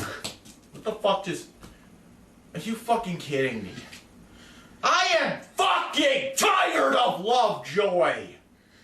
Now let's call my dad's work so I can bitch them out as well.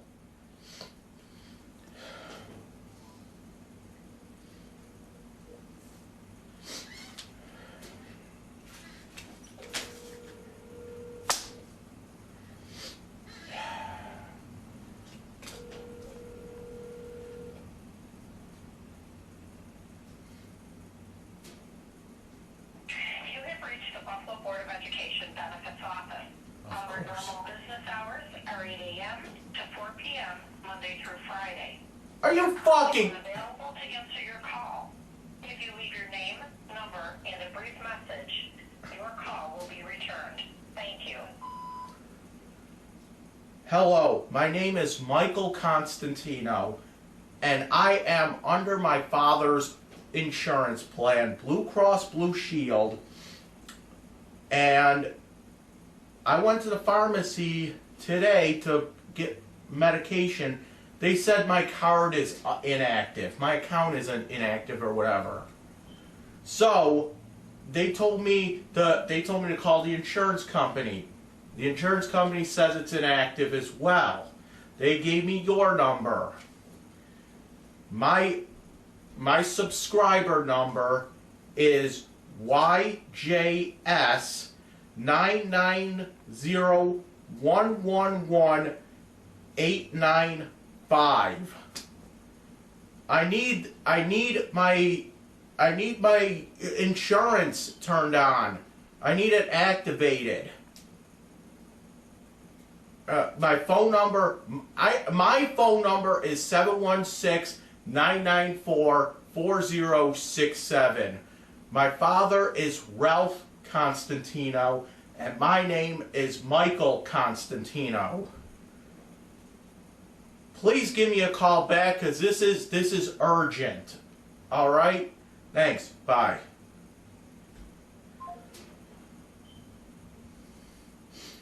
I can't fucking take this. I can't fucking take this anymore. Fucking Lovejoy. Only in Lovejoy would this happen. And yes, I'm not saying this wouldn't happen in Elmwood or North Buffalo. But you know what? It's happening here. It's happening while I'm living in fucking Lovejoy.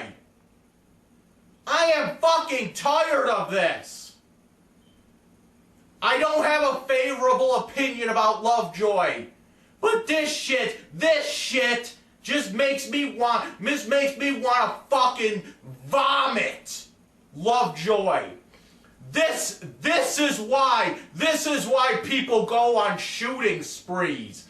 This is why people climb clock towers with fucking rifles, okay? Not saying that I'm gonna do that kind of thing,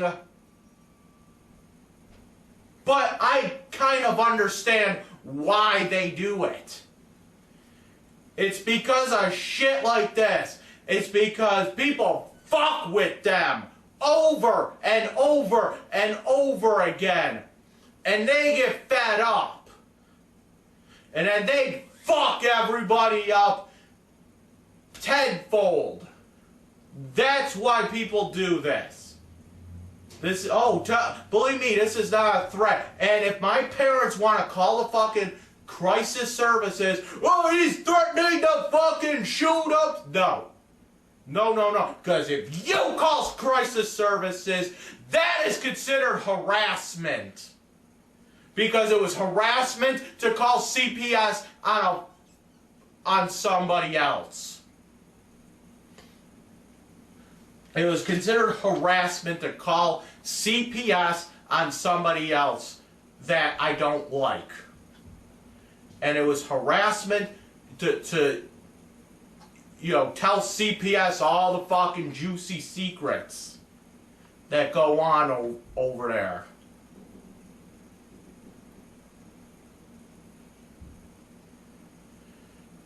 I am tired of this. I am absolutely fed up. It's to this point. I am an inch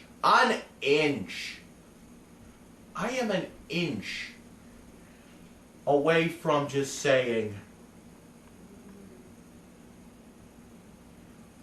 I am an inch, just a fucking inch away from just saying, fuck it, I don't want a fucking doctor, I don't want these medications in my home, because you know what it's doing to me? You know what this shit's doing to me? It's not an effect of the medication itself. Oh, no. It's just making me go slowly insane because of all the bullshit I gotta put up with on a daily basis trying to get these medications. And it's to that point where I'm just like, fuck it.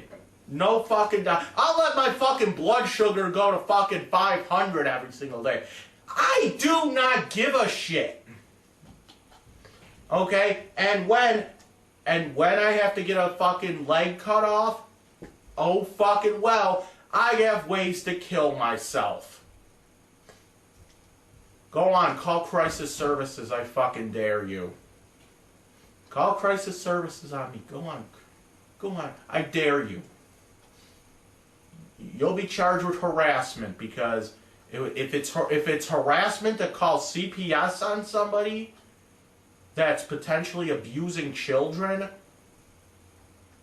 well then it's certainly harassment to call up fucking crisis services on me, isn't it? The law is not. What the fuck is this shit? Oh.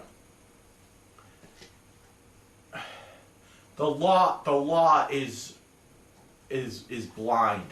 Okay? If I can't call CPS on somebody, then you can't call crisis services on me either. It's harassment. That's what the police told me. That's what Cheektowaga police told me. You can't call crisis services on her. It'll be harassment next time you do it. Well then, how about this? How about if you call crisis services on me? That's harassment. You're not supposed to contact me. You're not supposed to contact me. So, and don't be going down my street either. I have cameras out there. I watch every single thing that passes by my home. I watch every little thing that happens outside my home. So don't be going to my house. That's going to my house. Going past someone's house is going to somebody's house. And don't give me that shit that, oh, when you did it, you were stalking. Oh, what the fuck do you mean? What the fuck do you mean I was stalking? What the fuck do you even mean? I was stalking Brandy. What the fuck do you mean? Like her brother wasn't stalking me. So define stalking. Let's look up the definition of stalking, shall we? And then you'll see that anyone can be a fucking stalker.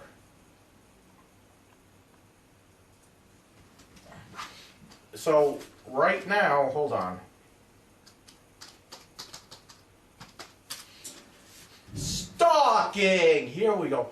Pursue or approach stealth. Okay, whatever. We need the legal definition. Here, stalking. Legal definition of stalking.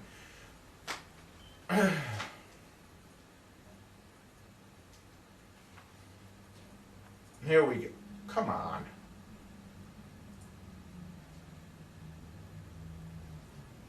Here we go. Criminal activity consisting of repeated following and harassing of another person. Stalking is a distinctive form of criminal activity composed of a series of actions that, taken individually, might constitute legal behavior. For example, sending flowers, laying love, and waiting for someone outside their place of work are actions that on their own are not criminal. When these actions are coupled with an intent to instill fear or injury, however, they may constitute a pattern of behavior as illegal. Anti-stalking laws are gender neutral. Most stalkers are men, and most victims are women.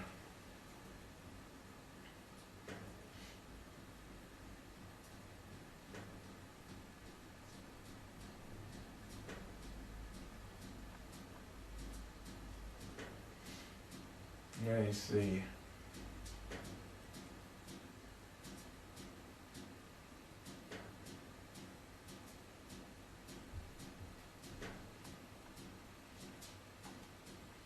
Yeah.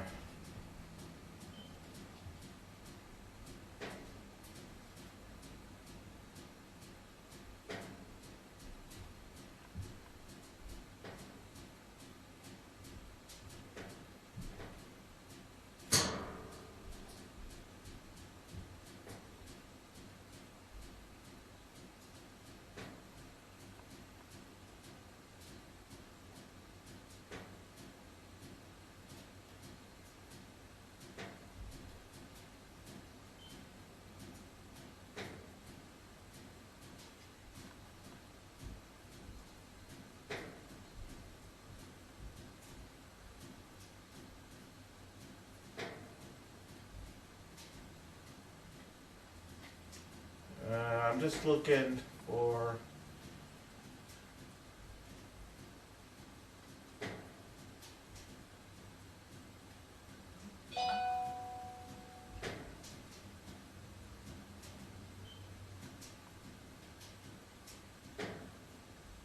Okay, so here's the thing. I never sent fucking Brandy. What did he say again? What did he say again? I never sent fucking Brandy flowers or love notes.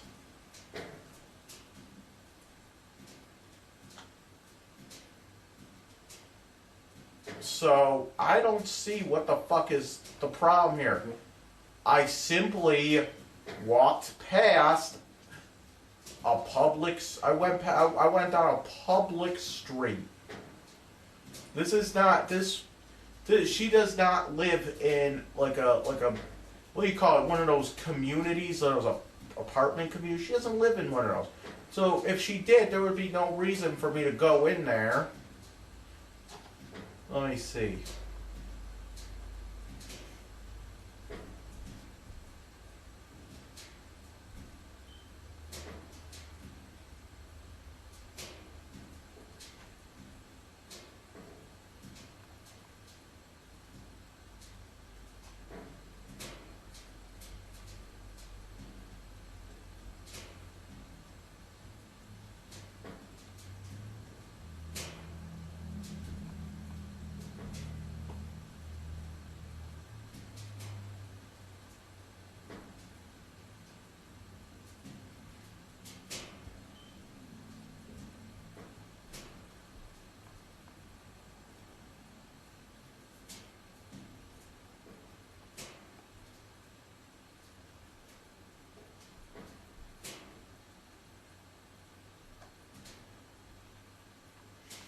The crime of stalking usually requires a pattern of behavior with intent to cause fear or suffering.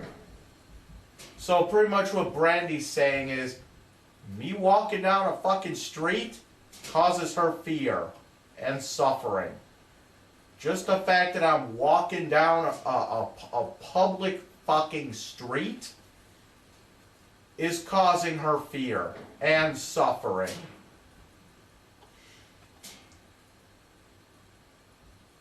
And it says a repeated pattern. There was no pattern there. There was no fucking pattern. There was no fucking pattern.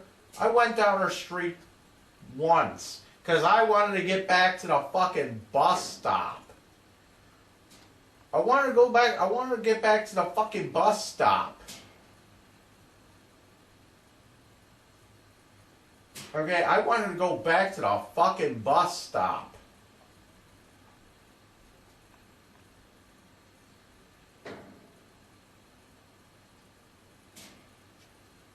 Okay, that's all I wanted to fucking do. I needed to go back to the bus stop. It was raining. I didn't want to go down fucking Niagara Falls Boulevard with the fucking puddles.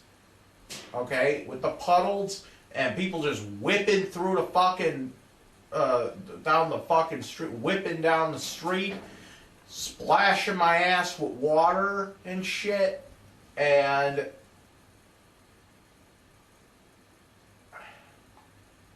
you know, it would have taken longer to get to the bus stop going down Niagara Falls Boulevard than it would just go down her street. You know, because I had to wait for fucking lights and all that other happy horse shit. It was raining like crazy that day. It was one of those days where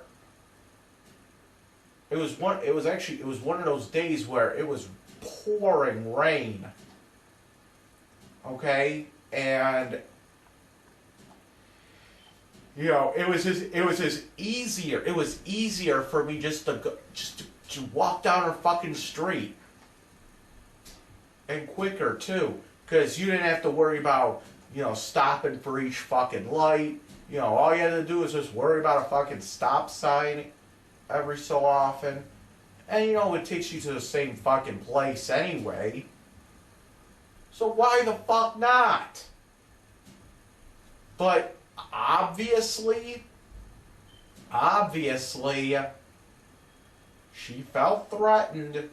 Well, I feel threatened by her brother going down my street,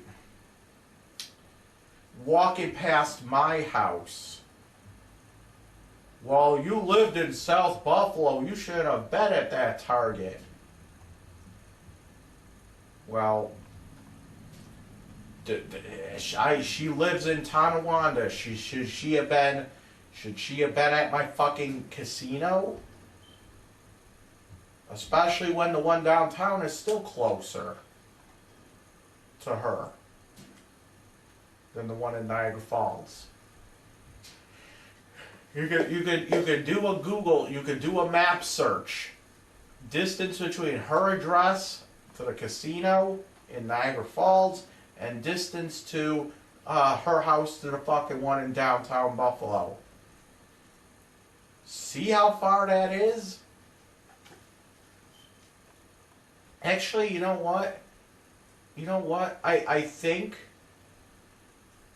I believe that when she had me fired, to be honest, I think she was living in North Buffalo still. So therefore, she was actually still closer to the one in downtown Buffalo than she was to the one in Niagara Falls. Why is she going to the one in Niagara Falls? Oh, because I worked there, right? Well, why is she at that one? Should have been going to the one in Niagara in fucking downtown. And that's what people don't ask. Well, you don't have a restraining order, so you can't have them fired, or you can't have them arrested. Bullshit. Bullshit. Look what fucking Brandy did. She had me arrested because I went to her house. I ain't go to her house. I wasn't on her property. I was not on her fucking property. Going to her house. I walked on the opposite side of the street. Okay?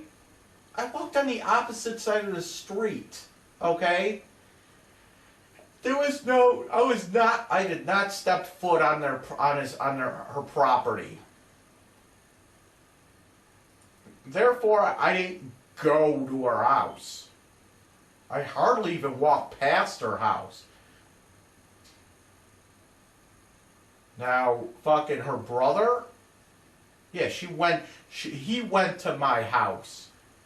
He was on the same side of the fucking street as my house on Lovejoy. Well, he's just going home. Bullshit. Bullshit. Bullshit. He's just going home. Bullshit. No.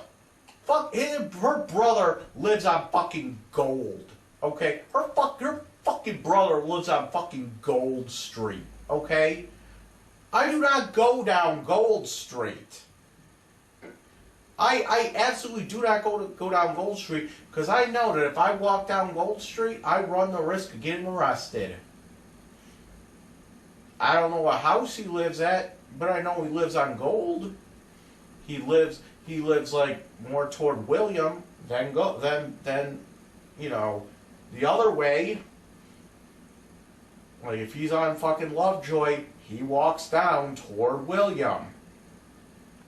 Okay? So here's the thing.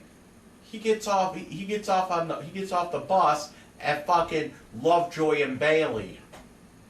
And walks all the way down. All the way down fucking Lovejoy. He walks all the way down fucking Lovejoy. Why? That's right, I'm asking why. Why is he walking all the way down fucking Lovejoy? To get to his house on Gold. Which is almost near William Street anyway. Here's the thing, okay? Here's the fucking thing. If he lives on fucking Gold Street, okay? He should be getting off the bus at fucking... He should be getting off the bus at fucking... At least Ludington, okay? He should be getting off the bus... Like, where that fucking store is, where the liquor store is. Where the fucking old folks' home is. Should be getting off right in front of the old folks' home. On Bailey. Not Lovejoy and Bailey, but Ludington and Bailey. Why? Because then he could go straight down fucking Ludington, and his house is right there. Instead, he gets off on fucking Bailey and Lovejoy and walks all the way down Lovejoy. Then he walks all the way down Gold.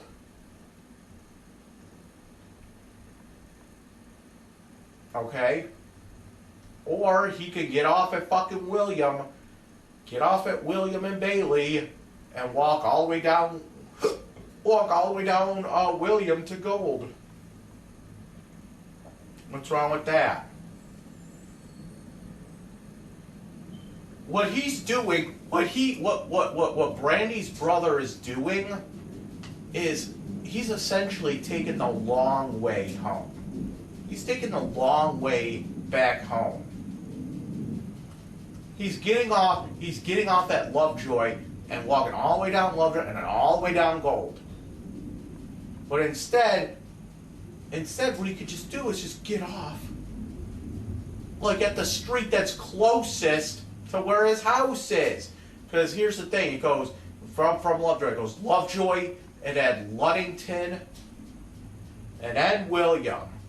All down Gold Street there. Okay? He could just get off the old folks' home, walk straight down Ludington, and there you go. There you go. Or, what is it? Not Ludington. Hennepin. I always get those confused. Hennepin.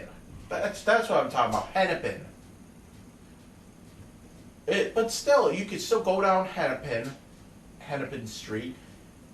Go down there, that goes from Bailey to Green, and then from Hennepin and Green, it's just a short walk to get up to fucking Ludington.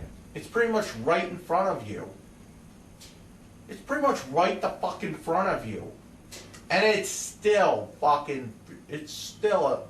quicker walk to get home than it is to go all the way down Lovejoy and then all the way down Gold, and then you could get off at William, go all the way down William, and then go down Gold, because his house I don't think is that far from like William anyway. See, that's the thing. Even though I live in Lovejoy, okay, and even though I live on Green Street, whenever I take a bus somewhere, so the one bus is notorious. People ask me, why don't you just get off at Green and Lovejoy? Because it's actually a shorter walk to get off at Dempster and Bailey, and then just walk down fucking Dempster to my house. You know, it's a quicker walk. Because Green goes like this, okay? And then it intersects with Lovejoy, okay? And Lovejoy goes like this. Bailey's like this, okay? And Dempster's like this. And it intersects with Bailey and Dempster and Green and Dempster. And I'm more near Dempster than I am Lovejoy. So it's easier for me just to get off at fucking Bailey and Dempster, walk all the way down Dempster, and I'm home. You know, there is no need for me to ever get off at fucking Lovejoy and Green. Because it's actually a longer walk for me to walk down Green than it is for me to walk down Dempster. Oh my God. Why are we talking about this? Why the fuck are we talking? I don't even know why I even started talking about this, but I'm just tired. I'm tired of this fucking Lovejoy shit. I'm just fed up. I'm really fucking fed up with this. Like, this shit needs to, like, I seriously need to get the fuck out of here. I really do. I really fucking do. People don't understand it. People don't get it. They're like, why do you hate Lovejoy so much? You know, I'm going to say this, unless you live here, you will not understand. People don't really understand. Just think of like the trashiest fucking place you've been in, and that's fucking Lovejoy. My God, this is taking a toll on me. Living here, just dealing with this shit.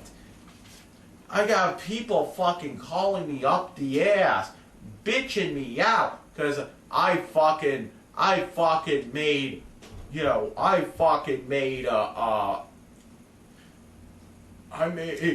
you said that this house is a meth lab.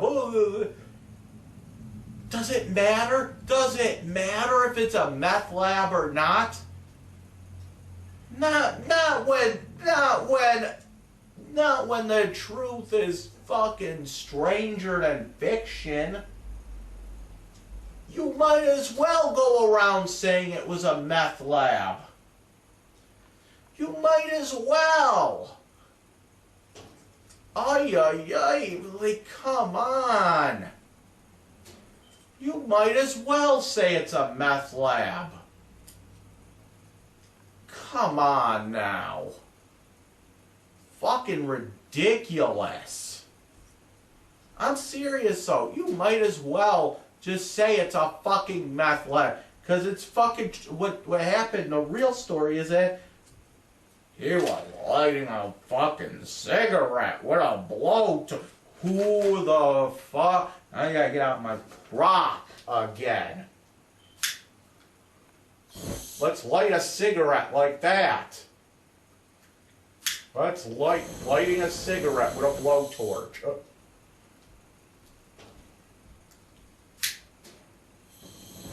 Lighting your cigarette like that. It's fucking funny, isn't it? But it's like, you gotta think about it this way, though. You gotta think about it this way. Okay? Next time some fucking big bad homie comes up to me at the bus stop, hey man, you got a light? I'm gonna whip this thing out and say, oh, here you go. Oh, no, you don't light your cigarette like on a, you don't light your cigarette on a fucking primitive ass lighter. He's like, what the fuck you talking about? Here's your light. There.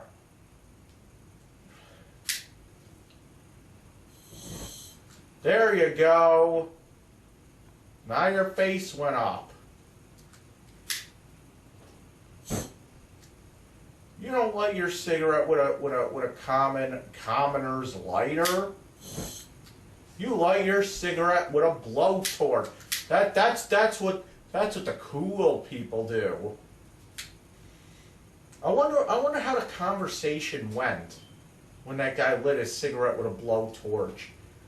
What was the thing? What was going through his head? Was he like, the Jackass music playing in his head or something? Like, hi, I'm Joe Conti. Welcome to Jackass. Is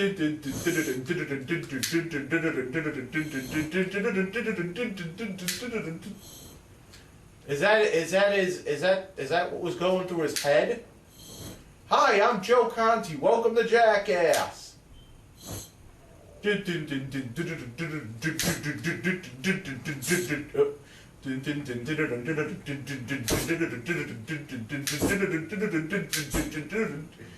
See, I'm trying to do it to the rhythm of the Jackass theme. If you were trying to pay it.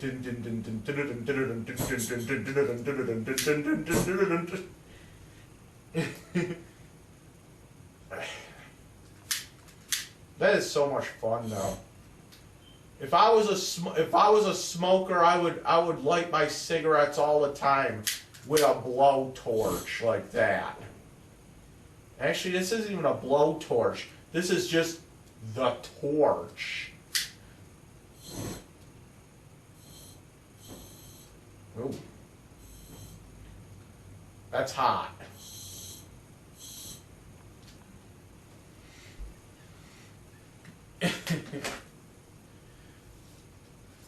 All right.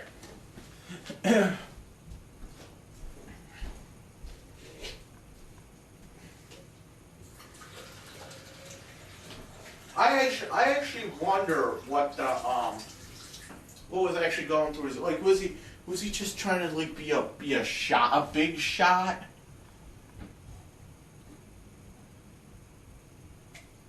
Was he just trying to be like a big shot? Like fucking Billy Joel or something? You had to be a big shot last night. Oh, your friends were so knocked out. You had to have the last word last night. Oh, your friends were so knocked out.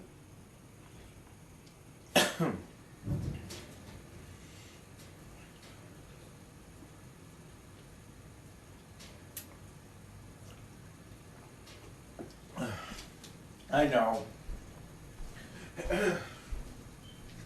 I know. People are probably calling the police watching me butcher the Billy Joel song and dancing. People are like, yeah, I know, I need to be arrested immediately because I just fucking butchered Billy Joel. I need to be 100% arrested You know what I actually need? I need the fucking chair. He's like, I could see somebody be like, that man needs the fucking chair. How dare he mock Billy Joel. He can't even sing the song right.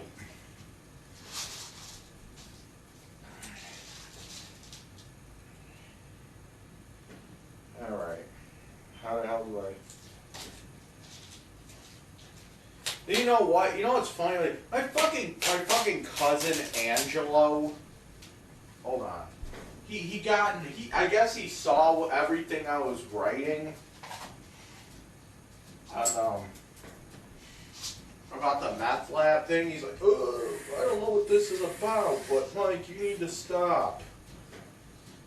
I was like, first of all, right now I can't even respond to what my cousin said. Because I'm on a 30-day Facebook ban for that whole stint, for that whole skit. I'm on a 30-day Facebook ban because I call Lovejoy white trash. It's fucking weird. This whole neighborhood is just fucking weird. It's like people get all fucking pissy when I say something wrong about fucking Lovejoy. But you say something wrong about Buffalo in general, and no one gives a shit. They'll be like, I agree with you. But you say something about fucking Lovejoy, and people lose their goddamn mind. People lose their goddamn minds. Okay? It's like, oh, dare you talk about Lovejoy, the motherland. You know what I'm saying? How dare you talk about Mother Lovejoy?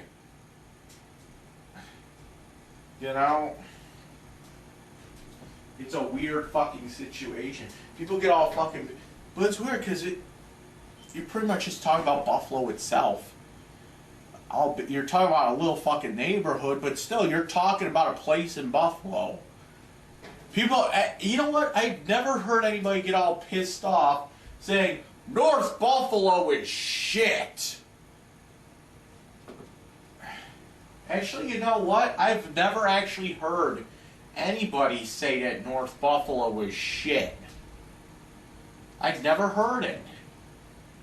I've never fucking heard somebody say that. It's fucking weird the way people react. Think about it. When you're because I'm trying to move, okay? I want to move, but... And if I could, I'd just move right out of the fucking area completely, too. But I can't really find a place that I absolutely like. I have Section 8, okay? I could theoretically move anywhere in the country with my Section 8. That's what I was told by Section 8. But... if I wanted to move somewhere, out of state, where the fuck would I even go? But this is a serious question here. Where would I even go? Okay, so here are my requirements for a place. It has to be a semi-large city to a large city. It has to be almost as big as Buffalo. Okay, I can't live in these little fucking rural areas. I can't live in suburbs. I can't live in a little city like fucking Niagara Falls. I just can't. Somebody said I should move to Cleveland or Pittsburgh or something like that, and those are viable options. But I mean, think about it here.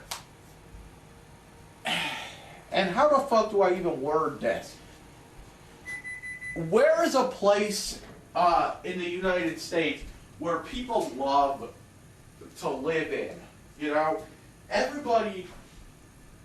It seems like whenever you ask someone, they're like, oh, every neighborhood to them is going downhill. That's what they always say. Oh, this city's going downhill. It's going down. Oh, what? There's a lot of trash here. It seems like there's a lot of trash everywhere now.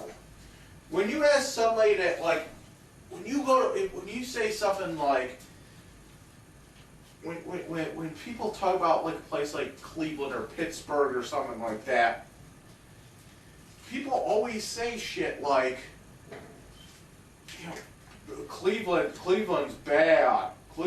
Pittsburgh's bad. But like you always have that person that says that. And Buffalo is no exception. So what I'm trying to ask is there a place that's kind of universally praised by a lot of people? Not really. Not really. I mean, I get it that there's always something wrong with like every place you go to. There's shit wrong with fucking Toronto. Okay? There's always gonna be places that's gonna have shit that's wrong. Okay? Like I said, there's shit that's wrong in fucking North Buffalo. Okay? There's shit that's wrong everywhere. But I mean, you have to kind of expect it. So, here's the deal. Anywhere in the fucking country has to be a semi-large city, at least like 25,000 people or more. Semi-large city has to be like as big as Buffalo at least. Has to have some kind of public transportation. I'm asking you kiddies that watch these videos, where should I move to? What's a good place for me to move to? I'm talking about some place that's easy enough to get around. Easy enough to get around. Easy enough to, there's, a big city, not big, but, like Buffalo size. Like, I like Buffalo in general, don't get me wrong. Like, I don't find that there's anything wrong with Buffalo. Buffalo is just like, okay, Lovejoy is fucking bad. Okay? But you go down like Elmwood or Hurdle, there's a lot of fucking culture there. Let me explain something to you kiddies, okay? Think of it this way. Even if they're the same type of crimes and same amount of crime in Elmwood than there is in fucking Lovejoy, you know what? Lovejoy has no fucking culture. You go down on Elmwood and it's all art scene shit. Okay? My mom, there's no fucking art scene here. Okay? There's weirdos on fucking Elmwood. Okay? And the good kind too. You go down on, my mom always said, you'd fit in with those freaks on Elmwood. The only people that are weirdos around here, all you got in Lovejoy for quote-unquote weirdos are drug addicts, okay? People that don't... I walked into that fucking 7-Eleven again today, right? And there was a guy in line. I had to stand... this guy was standing in front of me in line, and he fucking stunk. He stunk. Like, I can't even... It wasn't like shit. It wasn't like sweat. It's, that smell that, like, people say you smell like the wind. Like, he had that smell. that he just like got in from the outdoors. Like, you know what I'm talking about? And it's a bad. My mom always says, "Oh, you smell like the wind." And I'm like, what? It's just air. It's fucking air. It doesn't smell like anything really by itself. It's just air. And now I know what she actually means. It's just, so you know when you're outside and you just come in and you just have that aroma to you. You know what I'm saying? I don't know how to explain it. But this guy smelled like the wind and the cigarette smoke. I was like, oh God. And it was like so fucking slow. Like trying to walk. Like, come on, man. And it's like the other day I was on the bus and this guy, I was sitting on one of those, on the bus with the fucking seats that face the middle. So there was one guy, we could like face each other, and this one guy sitting in the seat, and he has this big old fucking walker thing, like just open, like I know you could fold that shit up. And I was on the bus, and there was all these fucking black people on the bus. Okay, so whenever they had to get off the bus, these big fat black women with their huge fucking black asses, because this guy's fucking walker was like out to the middle of the fucking aisle, so these fucking women had to like walk past him, and they would put their fucking ass right in my face. Like they would just fucking put they were trying to squeeze their fucking ass out the fucking past this guy to get out the door, and then just fucking black ass right in your face.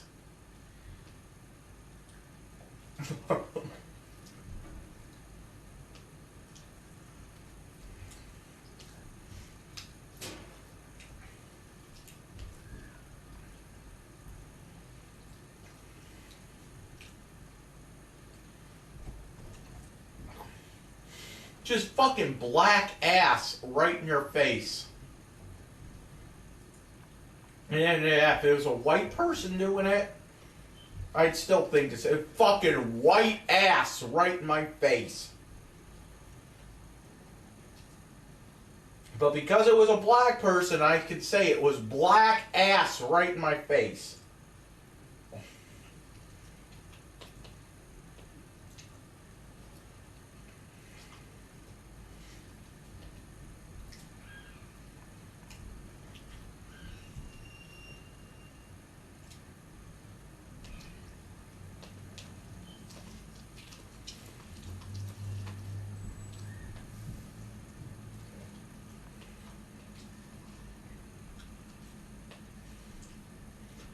I was like, dude, you have your fucking ass, you have your black ass right in my face. So come on, man. Somebody's got to recommend me a place to live.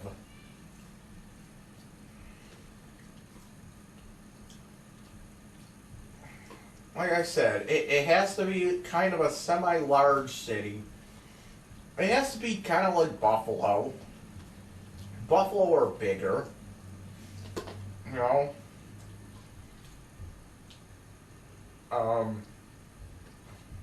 Like, Buffalo or bigger, it should be. Someplace where I could get around easy. And, you know, not a lot of racism. You know, it doesn't have to be the safest place. Like, I wouldn't move to fucking Detroit. Okay, I wouldn't move to Detroit. I wouldn't.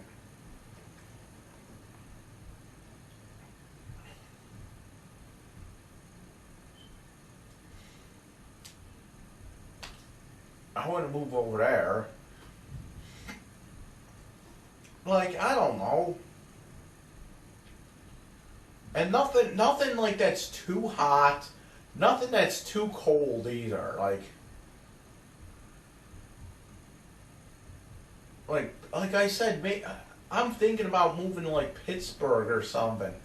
I mean, Pittsburgh is nice, isn't it? I think it's nice. I heard it's nice. Pittsburgh, how big is fucking Pittsburgh?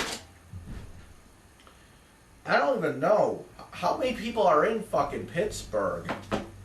Is that bigger than Buffalo? I know Cleveland is a little bigger than Buffalo. I don't know how big Pittsburgh is, though. I don't think I'd ever want to move to,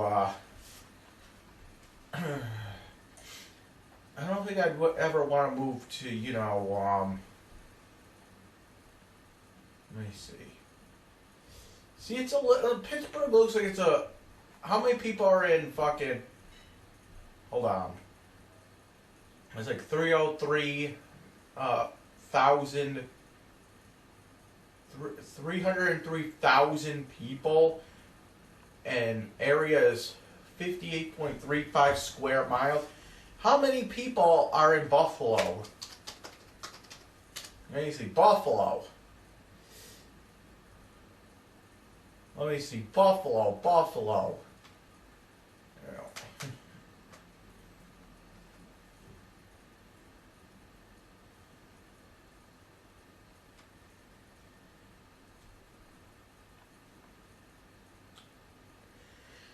Alright, Buffalo City. Come on, where the fuck am I?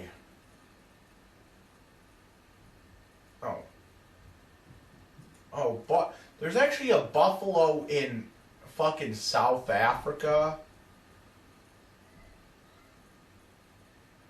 Province of Buffalo?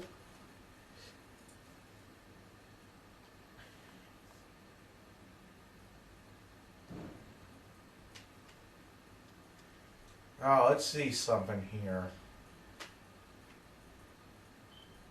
Yeah, see, there's more people in fucking Pittsburgh.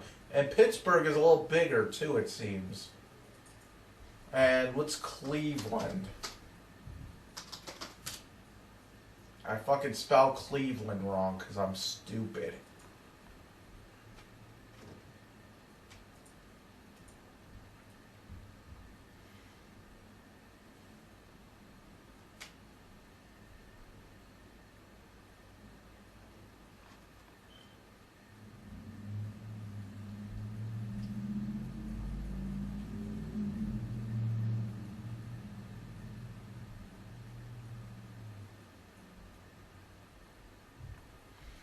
Let me see here. Yeah, see, Cleveland is way bigger than Buffalo and Pittsburgh. It seems like.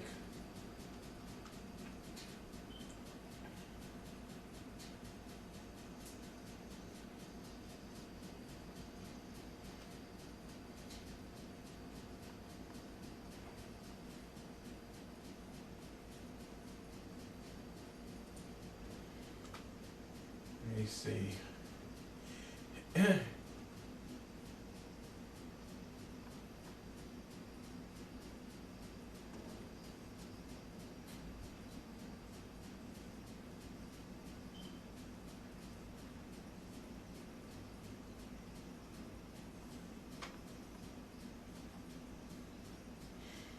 New York City. Phoenix, Arizona is actually bigger than New York City. That's weird. In size, I should say. But there's more people in New York City.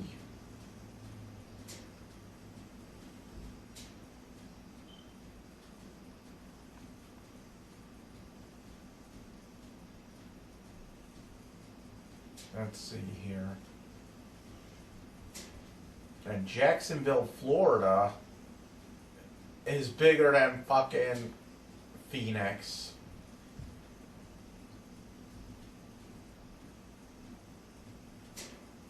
Huh.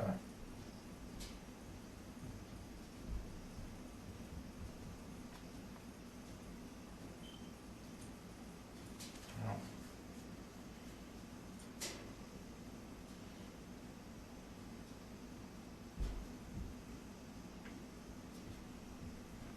Jacksonville is bigger than fucking Miami? I didn't know that.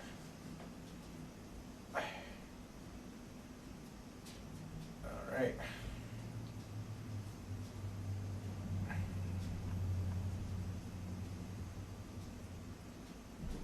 Boston.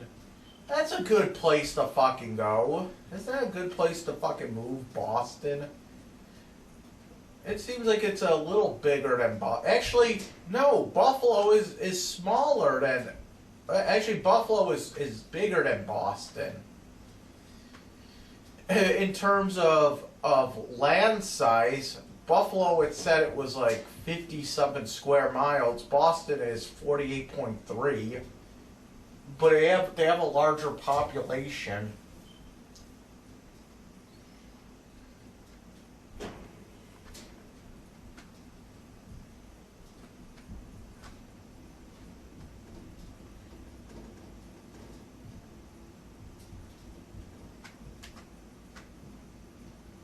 Las Vegas. I thought Las Vegas was a big city. It's not that big. It's the 28th biggest city in the fucking United States. Let's go down. Honolulu.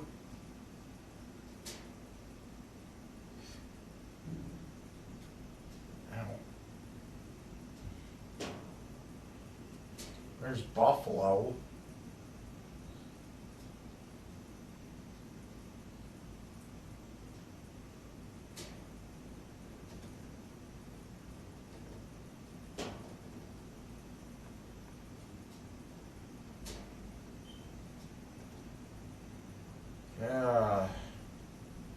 Rochester, New York is 107th. Damn.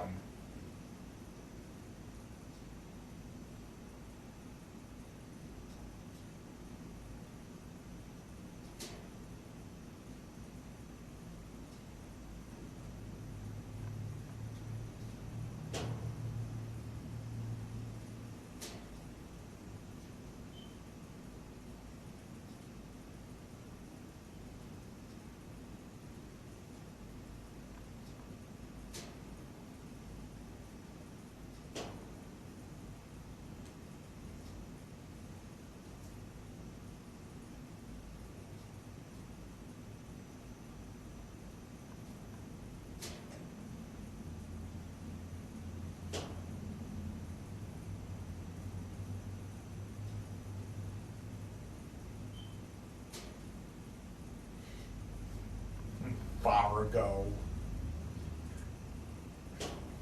Fargo's smaller than Buffalo. I can see that.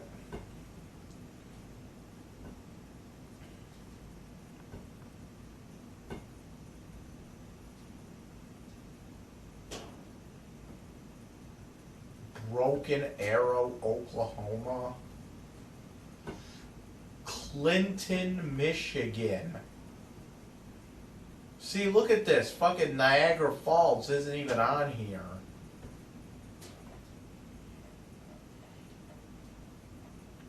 Oh, shit.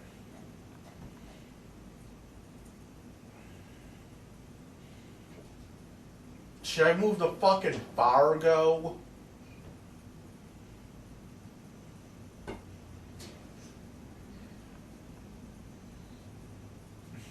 Fargo.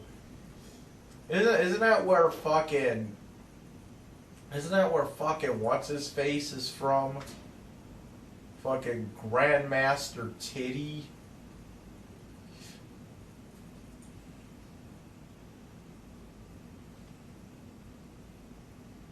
Grandmaster Titty. He's from like Fargo, isn't he?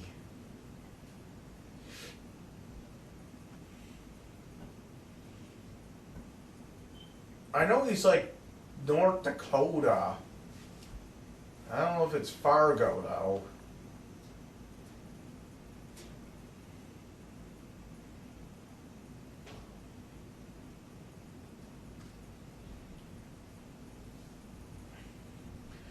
He said where he lives, there's a lot of white trash around there.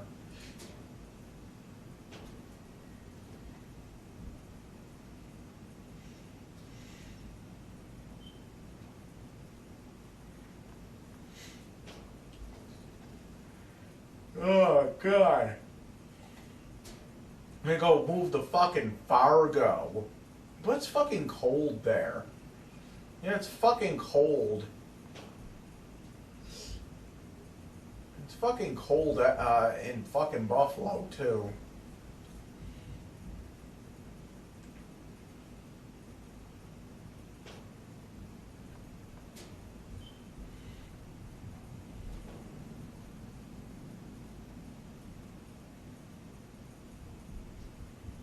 I think, isn't Jacksonville like, hold on, Jacksonville is like on the top right corner of fucking Florida. It's not like where my mom goes. My mom goes all the way at the fucking bottom of Florida there. But isn't like isn't Jacksonville like more like at the top there? It's like you know how it goes, like Florida goes like that. It's like on the top, isn't it? See, that looks like a nice city to move to, Jacksonville. See, that seems like a seems like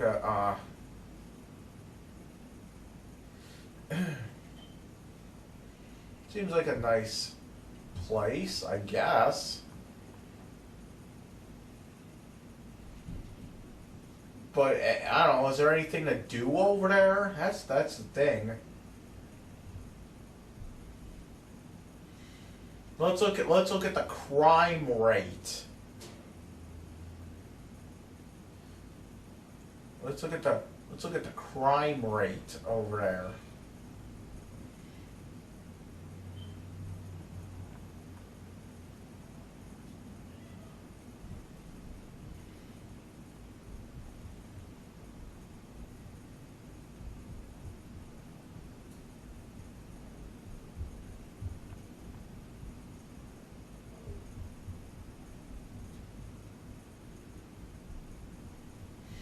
Wow.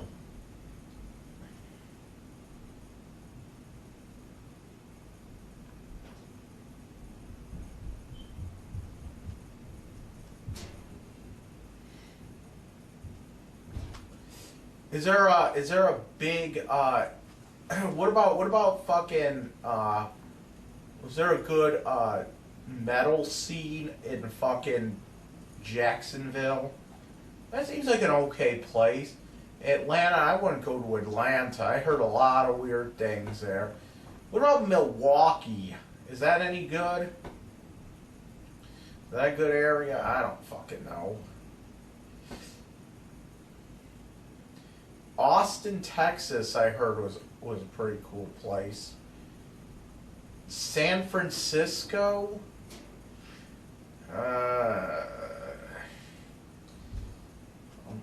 Unless you want to suck a dick, I don't know if I want to move there.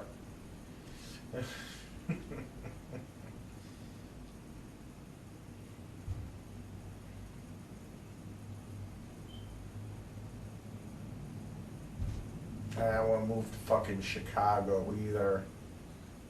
I always heard a lot of weird things, like a lot of crime happens in Chicago. Philadelphia as well, I heard a lot of shit goes on.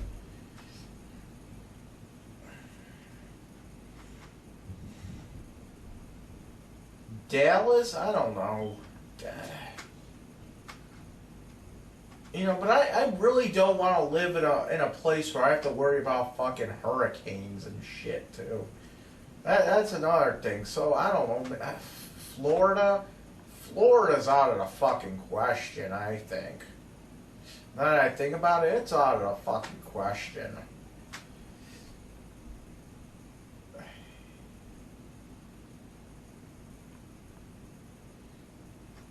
Ow.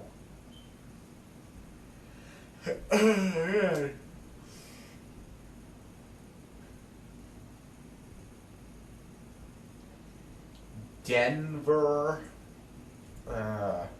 Do I really want to move to Denver? What am I going to do there? Just get high all day? Here we go. Nicknames for Denver. The Mile High City. Oh, I bet.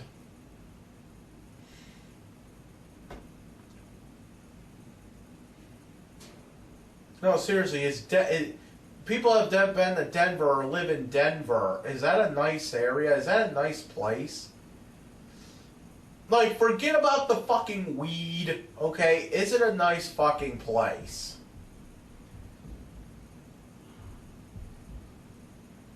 See, that looks fucking nice. You got the fucking mountain in the back. That looks nice. But I bet you it's fucking expensive as shit, isn't it?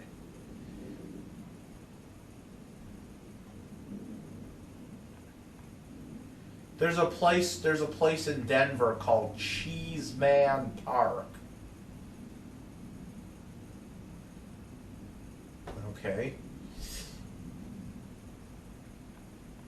Arapahoe County, Bomar.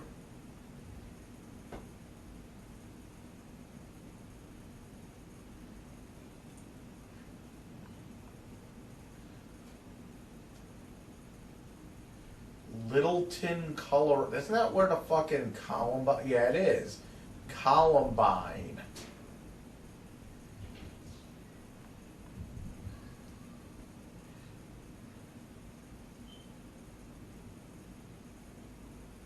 Ow.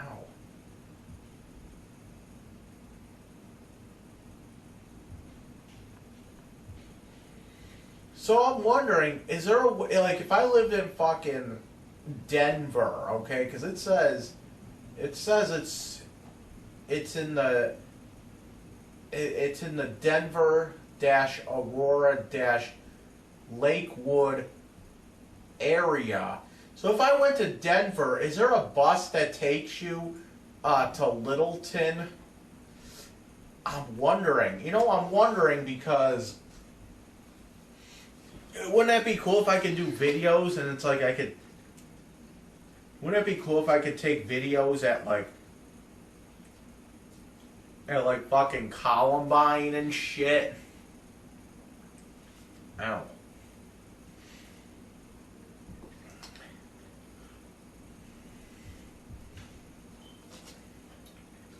That would be fucking weird too.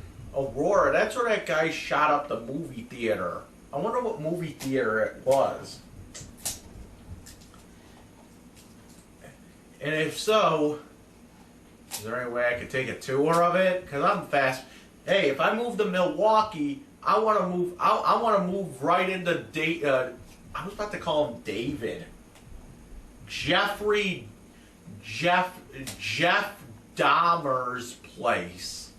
I want to move. I want to move into the Oxford Apartments, number 213. In Milwaukee, Wisconsin. I want to move in the. Am I still gonna find like a head in the fridge or something? Nah. You know what they do at those places? They knock them down. Just like they knocked down the fucking. The Paul Bernardo house. They knocked down the fucking Paul Bernardo house in Toronto. That's fucking bullshit. They knocked down the Paul Bernardo house in fucking Toronto.